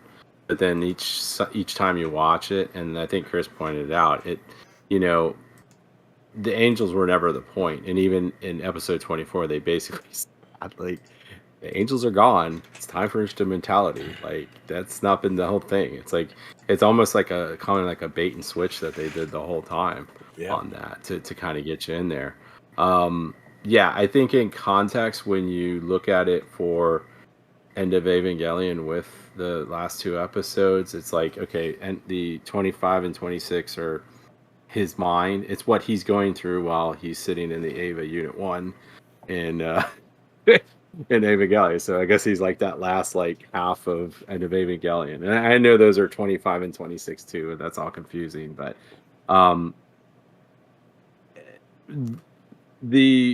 like Chris has said, there's always been all these conspiracy theories on this. This is the way he intended it the show to originally end, right? This wasn't any like because you've always heard, oh, it's the money and the time, and they ran out of time or something like that. He intended it to be that way the whole entire time, right? Yeah, there was production issues with this show, as many other shows face. They always have production issues. They can never stay on the time. There was issues with this production, but the whole point of what we got is what he wanted to deliver in the first place. Anno did. Okay. So the whole meme of they ran out of budget, so they just used stick figures to emphasize the points. It's not true at all. It's this what we got is what was intended. Because I've always felt that that's always been one of the biggest things is people just sat there and it was like, oh, they just ran out of time. They didn't have money. That's why they just did it like on a stage and stuff like that. Yeah. And in a way, End of Ava is almost like a vindictive, like, all right, you guys wanted it. Well, here. And it does feel vindictive. Yeah. Like just very visceral and angry in a way. You want this Michael Bay-fied? You want this Sir Bay-fied? Yeah. You got it. Hold my beer. So I guess that means that we will go into End of Evangelion, Rich. I know it's also divided up into 25 and 26, and I think got a title, right? They both have titles. I think one's like Air. And I don't know. I forget what the other one is. Air. I don't know what the other one was. But yeah, it's the I guess the ending on steroids. You know, the big blow action scene, blow up and all that. So Chris, you know, you broke the seal initially, saying you were that you intended you liked the original ending better than this one. So your thoughts on End of Evangelion? Feels like a really weird tone. Like if you skip TV 25 and 26 to watch this 25 and 26, like it feels tonally pretty mismatched jumping from 24 to this. Yeah. Because, 24 just ends on such a quiet note of Shinji killing Kaoru and just falling into utter despair. And then suddenly it's like, now it's time for big widescreen action and explosions and lots of commando massacres, and it just feels like a lot of tonal whiplash. And that's why I prefer attack. Yeah, that's in part why I prefer the TV ending, because I feel the TV ending grows more organically out of where 24 ended than the Evangelion does. So my preferred thing to do is to watch both.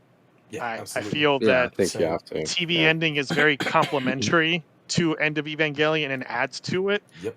And I really think that they both should be watched together rather than one over the other. Yes, it's a very well-made movie. It's got lots of action. It's got great animation. It has some great character moments. It's got some weird moments. Talk about Shinji fapping in the hospital. Just fucking weird. Yeah. It goes to some weird places like that and others. It gets really fucking abstract. It's like Anno was doubling down on it. I guess it's what we would refer to now as malicious compliance. Yeah. You wanted a bigger action finale? Well, here you go, but it's got a whole lot of weird shit too. So, I think it was as good an ending as you could get for a series that has a very complex psychology to it, and there's so much lore you can dig into if you read about things that were in the background of this series from earlier concepts, all this stuff about first ancestral race and like sending seeds of life throughout the galaxy, very like protoculture type stuff. And when you look at the broader context of all of that, it's like things make a lot more sense about Adam and Lilith and Sele and why everything turned out the way it did. And the show has an internal consistency that people don't always see. And I think that if you really pay attention, it's like Fred said, it's like an onion. You peel away more layers. There's a lot more depth that you discover every time that you come back for more. Yeah, that's true. Anything stand out, or that didn't hit the same on this time of you viewing it than the last time? No, I mean, the raw points obviously that's like are still in my head. But watching it again, I wondered how would I approach the TV finale and end of Evangelion after 15 years of watching, and it's like, even though I did have some different thoughts along the way, I still, at the end of the day, prefer the TV ending over end of Evangelion. Yeah, definitely. There you go. Yeah, right on. Fred, your thoughts? So, End of Eva, it's a visceral experience. Especially going to see it in the theater was really, really. It was nice. A little annoyed that everybody still likes to chuckle and laugh at the hospital scene, which I get it. But it's been 30 years, guys. Woo! It's like, come on, grow up a little bit. But it's. You knew it was coming, no pun intended. Yeah, there we go. Quick You're all weak. But it's End of Eva is just it's an experience. It's everybody talks about the last two episodes, but it is a very hard hitting, visceral, violent ending to the show. And it does wrap up everything. And like Chris said, it does integrate all those little plot points and details, the extra little details that is like in side pamphlets and like side materials and things that barely get mentioned in the show. But if you pay attention to it, the dots start connecting. But I think the beauty of in Eva in general and this movie is like you don't really have to necessarily understand and pay attention to it to get the point of what this movie is putting across. It's the same thing that the last two episodes are doing, and which is it's the end of Shinji's journey and stuff like that. And it does wrap up other characters. It gives like the endings, the unfortunate endings, to characters like Asuka and Misato and Reitsuko and stuff like that. But this is the swan song. My poor boy Oba, man. Yeah, nobody came and saw him before he became. No, good. he had the like most. Everybody else saw their. Yeah, their significant other, their crushes. Yeah. And then Oba just gets the giggling Ray clone just coming for him, and he's just screaming in terror. What does that say about him? It says a lot because he just doesn't connect with anybody. Black heart, man. Yeah, a black heart. Even Gundam had somebody show up. I mean, that's how he got them guitar skills, bro. Like, he's a guitar player. I think the one thing though that really did stand out to me whenever I have rewatched it is the fact of like how, and I know I've waxed on about her already, but how powerful of a character Asuka is. Because if you think about it, the first person other than Shinji to return from the goop, as the meme term is, to return from instrumentality, the perfect world where you don't get hurt, your dreams are fulfilled, and et cetera, et cetera. The first person to come back is Asuka. Yep. Because she said, nah, screw that. I want to live in a world where I can achieve something, and the real world is real. And she is the first person to do that, other than Shinji. Well, Shinji kind of had to because he chose. But after given the choice, she's the first one to appear. And I think that just says that she didn't want to be Borg. Yeah. She didn't want to be Borg because in the end, that's all the instrumentality was. It was going to be your Borg. We're instrumentality. Exactly. We have no defects. Yeah. Everybody's happy here. Yeah, everybody's happy and joyful, and we can live all the romantic comedy fantasies that we've always dreamt of, kind of thing. Like your faults will be strengthened by other people's. What they say, like other people's strengths. I mean, it's so stupid. Yeah, and it's like, what's the point? There's nothing to strive for, and she is the first person to break through. And I think that's the beauty of Asuka, is that in the face of Armageddon, she just said, "Nah, I'm going to fight." And yeah, I do appreciate in the end of Eva and my experience with it, seeing it, over and over again, to understand it in the first place. But yeah, again, I do prefer the TV ending, but I don't discredit this. I think it's required material. Absolutely. Both endings are required, I think, if you're going to experience it. So, bro, I'll be the outlier and say that I actually prefer this movie versus the ending of the show. And I love the ending of the show. It acts as a spice to this movie, but it's the visceral edge of this movie that gets me every time. What turns my stomach, right? And I felt this when I watched the ending movie for A Day On as well, with the raid of the Buff Clan on those kids.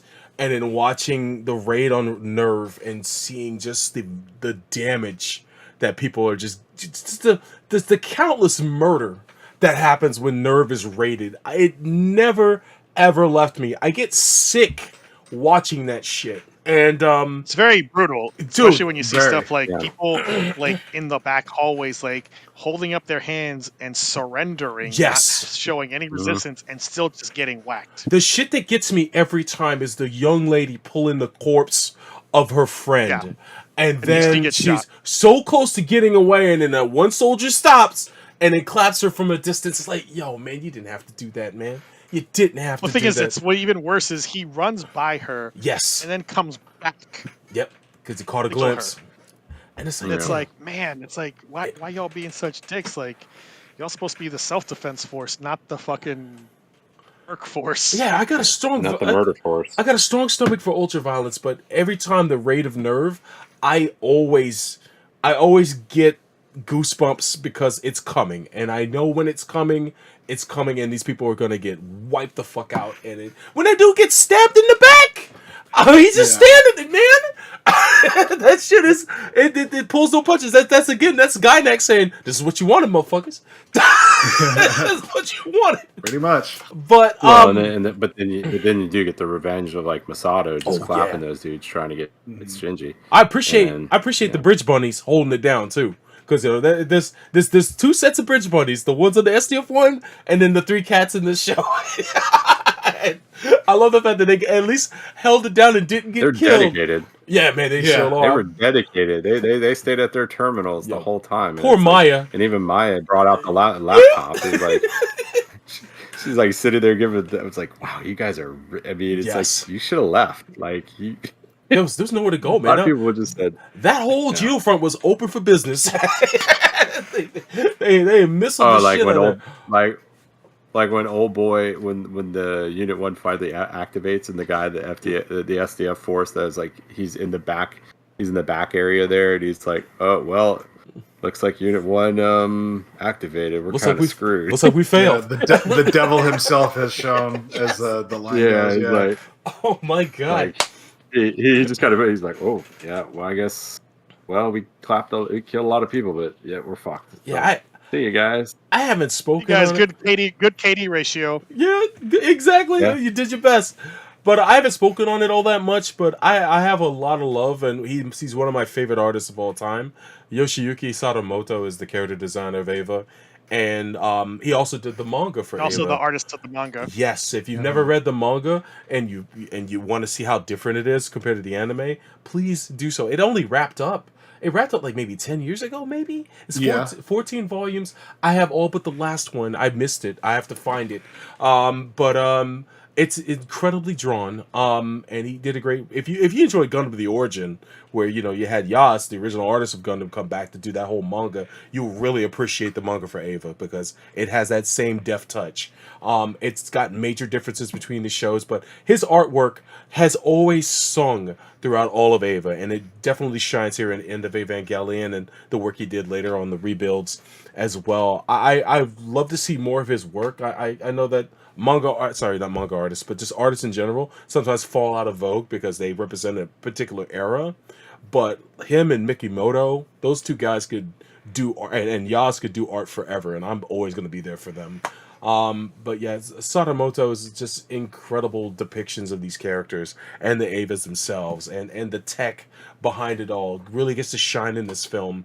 This movie reaches a point of ridiculum in the second half of it, but I appreciate that, especially when they get insightful, in the psychological aspect of the story. And I actually love that final moment between Shinji and Asuka where she calls it disgusting. It's who she'll always be. She's not a kind person at all. She's pretty frank and direct, and you either get used to that or you don't.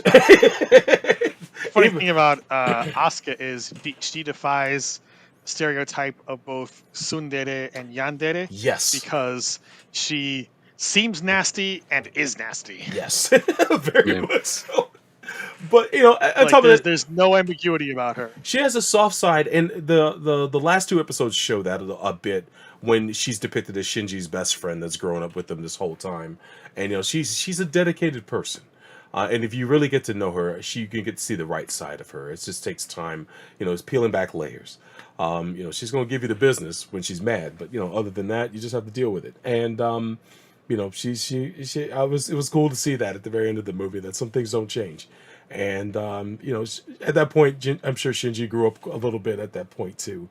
But fantastic film, uber violent, but the set pieces are fantastic. Of course, I mentioned earlier the fight with Asuka and the automated Eva units is one of the all-time best fights ever, and it's with that horror bent towards the end where they all start coming back, regenerating and all that shit, and she, her Eva loses power, and you absolutely feel the crestfallen moment that she feels when she's pretty much brutalized after that. But incredible movie. I think it enhances the package of Eva altogether, and I quite enjoyed it.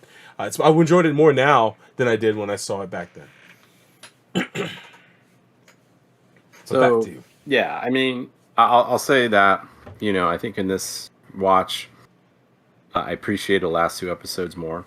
End of Evangelion. I think in this watching it, something came out to me about it, and it is a great movie. It's got everything you want. Great fight scenes. The ultra violence. You finally see what's going on with the third impact. All that stuff. And then kind of the finality of what happens to a lot of the characters, and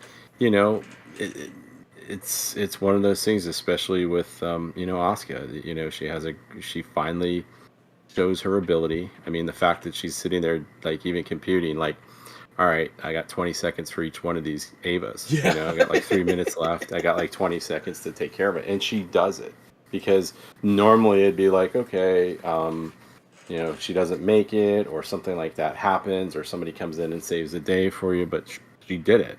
I guess that is always the one nitpick. The Eva's backup battery. Yeah, it varied. That 5 minutes was real short in some episodes, and real long in others. This dictated how the plot dictated it. Yep. Yeah, I mean, you have that, and then the horror of like, oh yeah, I did it. This is great. We can go on. And it's like, no, they're regenerating, and then she just gets ripped to pieces.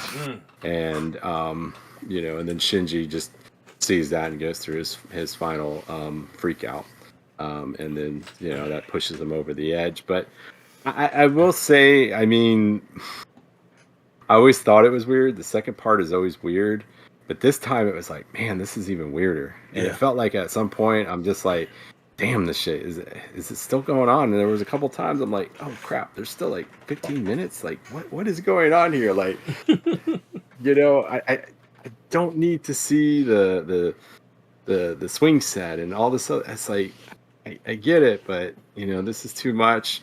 I mean, the one thing about the live action scenes that always stands in mind that is that when they're in the movie theater and the one dude sitting there with the camera, he's like, "Yo, what's up? What's up?" Yeah, the that guy still makes me laugh. The guy who gives the finger to the camera. Yeah. That dude. Well, the first time I saw it, I always laughed, and every time, but at that part, I was like, "Oh, where's that guy?" It's like, "Oh, there he is." But yeah, the second part was even weirder, and it's sad because I'm sitting there going, I don't remember it being like this kind of annoying to me, and it was kind of borderline annoying, and you know, and then I guess the only other thing is after you know, the final scene there, I kind of said, gosh, who's going to clean up that whole mess there? I know people are slowly returning back from the goop, but you know, I was just sitting there because you know that was always it. It was like, yeah, that's true if you choose to, but that was always the thing about like all the, especially early on in the show, like after every Angels fight, you saw the aftermath and like the cleanup crews there. It's like, who's going to be the cleanup crew with like the half decaying head of Giant Ray over there? Well, I mean, like the Earth is screwed because, like, when you think about it, with the Geofront, where the whole the black egg was ripped out from the core, like the part of the Earth, there's just a giant hole in the Earth now. Holy shit! So it's like, if you think about it, whoever comes back, it's going to be an absolute struggle for them to survive. And it's like, I honestly have the hope that, you know, like Shinji and Asuka kind of find their own happiness at the end of, you know, it all. But it's not really. It is dark when you think about it, because like you because you can see it's a hellscape. I mean, it's a hellscape where they're at, and I'm sure that went out to most of the world. And yeah, you just sit there and you're like, wow, you know, what is it? It's interesting. I mean, in some ways, I'd almost want to see that. I mean, and I almost want to see. I know he did the rebuilds and he did it for whatever reason, but it's almost like sometimes, why don't we get some of that, like, or even just a manga? Like, how is that world? Yeah, I mean, I kind of feel like 3.0 plus 1.01 shows you a version of that, of just like life being really shitty and hard. Yeah, that's true. That's true. So. Yeah, it's kind of like Gundam X, you know, 15 years later. But yeah, that was the only thing. I was like, wow, I was like, this is really starting to grate on me. I'm like, is this over yet? Which, by the way, if I may make a random aside about Gundam X, one of those many 90s internet rumors was that, you know, Gundam X was canceled because it got killed in the ratings by Eva. But if you actually do some research and look at the broadcast dates, you'll find that Ava competed the second half of Wing, and it literally ended the week before Gundam X began. Oh, really? There is a connection between the two. Oh, what's that? And I will note this because it's kind of interesting. What's that? So Neon Genesis is the title that Gainax decided at the beginning would be the official English title. The original Japanese title is Shinseki, which translates to New Century. New Century, Neon Genesis, pretty close. Yeah. Gundam X is commonly known as Afterwar Gundam X. You see that on the Blu-rays, you see it in the eye catch. But its original Japanese title is Kido Shinseki, which translates to Mobile New Century. Oh. And I don't think it's any coincidence that Bandai has a Gundam show start the week after Evangelion ends, and it also uses Shinseki in its title. Interesting. That's not to say that there's any patterning after Evangelion, but it's something as simple as the show became a big hit. Oh, we have a new Gundam show that's coming out. Why don't we throw Shinseki into the title and try to ride off the coattails of Evangelion? I'm sure that's a conversation that happened, because I don't think it's a mere coincidence that Gundam X uses Shinseki in its title. that. I'm not surprised. That's crazy. Get those confusion for those grandmas when they were buying those DVDs back then, like you used to have with those really bad low budget movies that would be the parodies and stuff, like Transmorphers. It's like Atlantic Rim. Yes. Atlantic Rim. Yeah. The Asylum. Yeah. Yeah. Yeah. So that's it. I didn't know that. I'd heard the thing about people say it killed it, but I know I actually never looked at the dates, but yeah, there's I think no that was crossover. just more Gundam fatigue. Yeah. It's just fatigue. But yeah, that was the big thing. I was like, oh gosh. But yeah, overall, I mean, once again, just like the show, you've seen it before, and it just you just kind of knew it, like, oh yeah, that happened, and yeah, I'm with you, Soul Bro. It is one of those.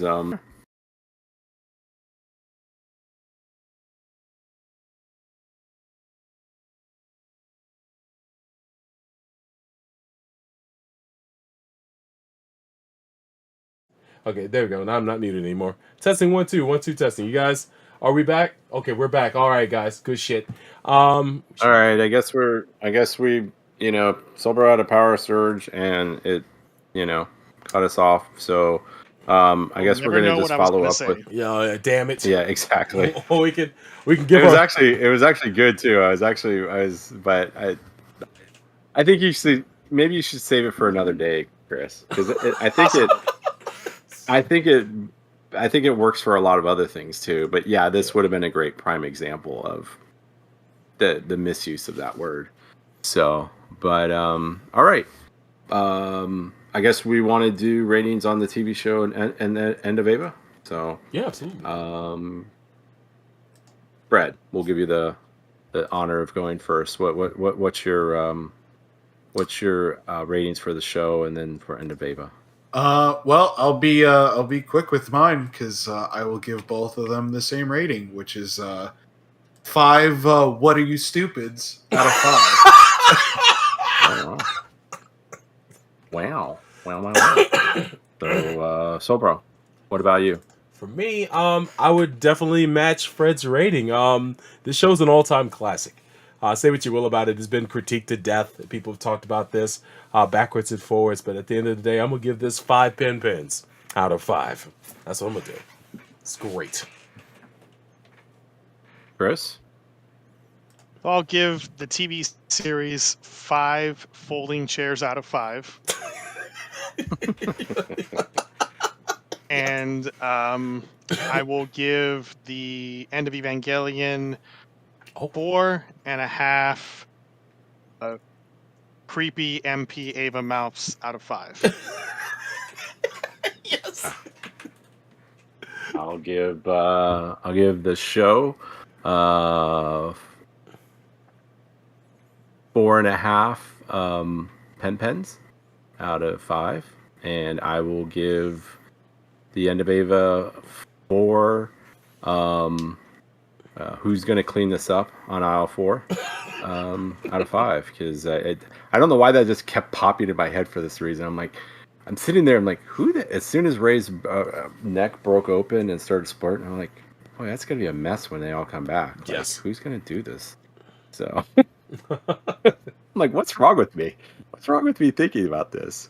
So, but yeah, there you go, guys. History's made. 300, episode 300, and we finally did it. We finally did Ava, even though we had done it before, I guess, right? Something had happened. I don't know. It's like that was our like our alternate universe versions of us, right? Yeah. It was Sele. So bro, tell them where they can find us at. Yeah, by all means. So you can definitely find us over here on youtube.com/Gundam MAHQ. If you haven't subscribed yet before, please do. It's where you can find our archive of episodes, and thank you guys for checking that out. Twitch.tv/FightersReady, of course. You want to make sure to check out the big dog site though, MAHQ.net, baby.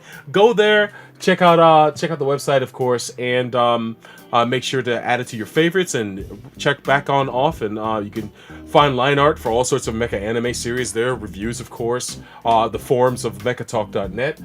Go there and be a part of the action. Find us on Facebook and X and Blue Sky and all your other means of social networking, man. And definitely say hi to us, man. And I hope to see you guys for future episodes as well. Other than that, don't have much else to say, man. Thank you guys for supporting us for for 300 episodes plus, and it's an honor to have been rocking with you. Shout outs especially to Rudy, aka Rodimus76. He sent me a poignant message earlier today about how the show impacted him from the first episode, and basically how it helped him through a tough time.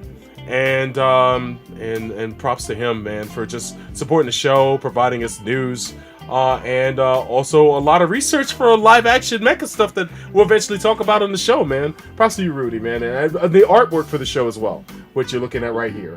So thank you so much, man, and props to everybody else who's been a part of this throughout all this time too. And I'll toss it back to you guys. All right, Chris, anything before we get out? No.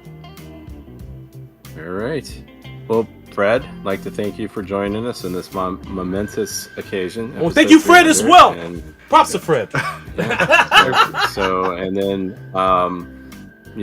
doing this review on Ava, thank you for your insight and all that, and some of the other information you had that was pretty good I didn't know about before. Chris, I'd like to thank you for being you and for banning people. Let's do another 300 episodes of banning people. Soul Bro, thank you for always picking the most pathetic character in any show, and you bet, man. It will be the Ida for life. Ida for life. Ida for life. That's my guy. And yeah, I'd just like to thank myself for being here. So, but we will see you guys in a few weeks with episode 301. And thank you for listening. We'll be back.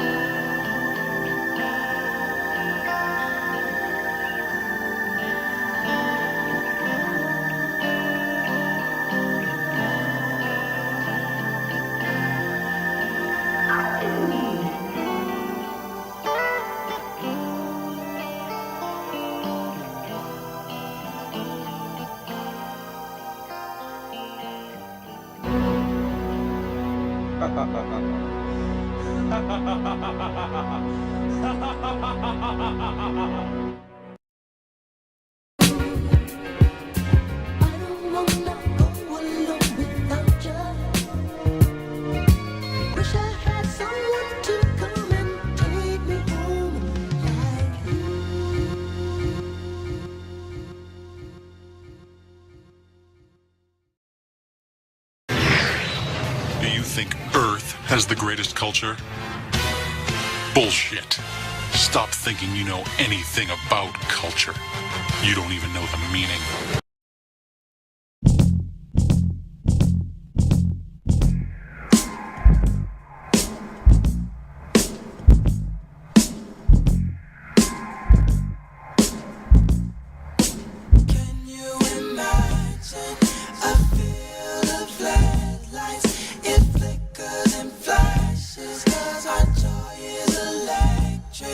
Kaleidoscope train, kaleidoscope train.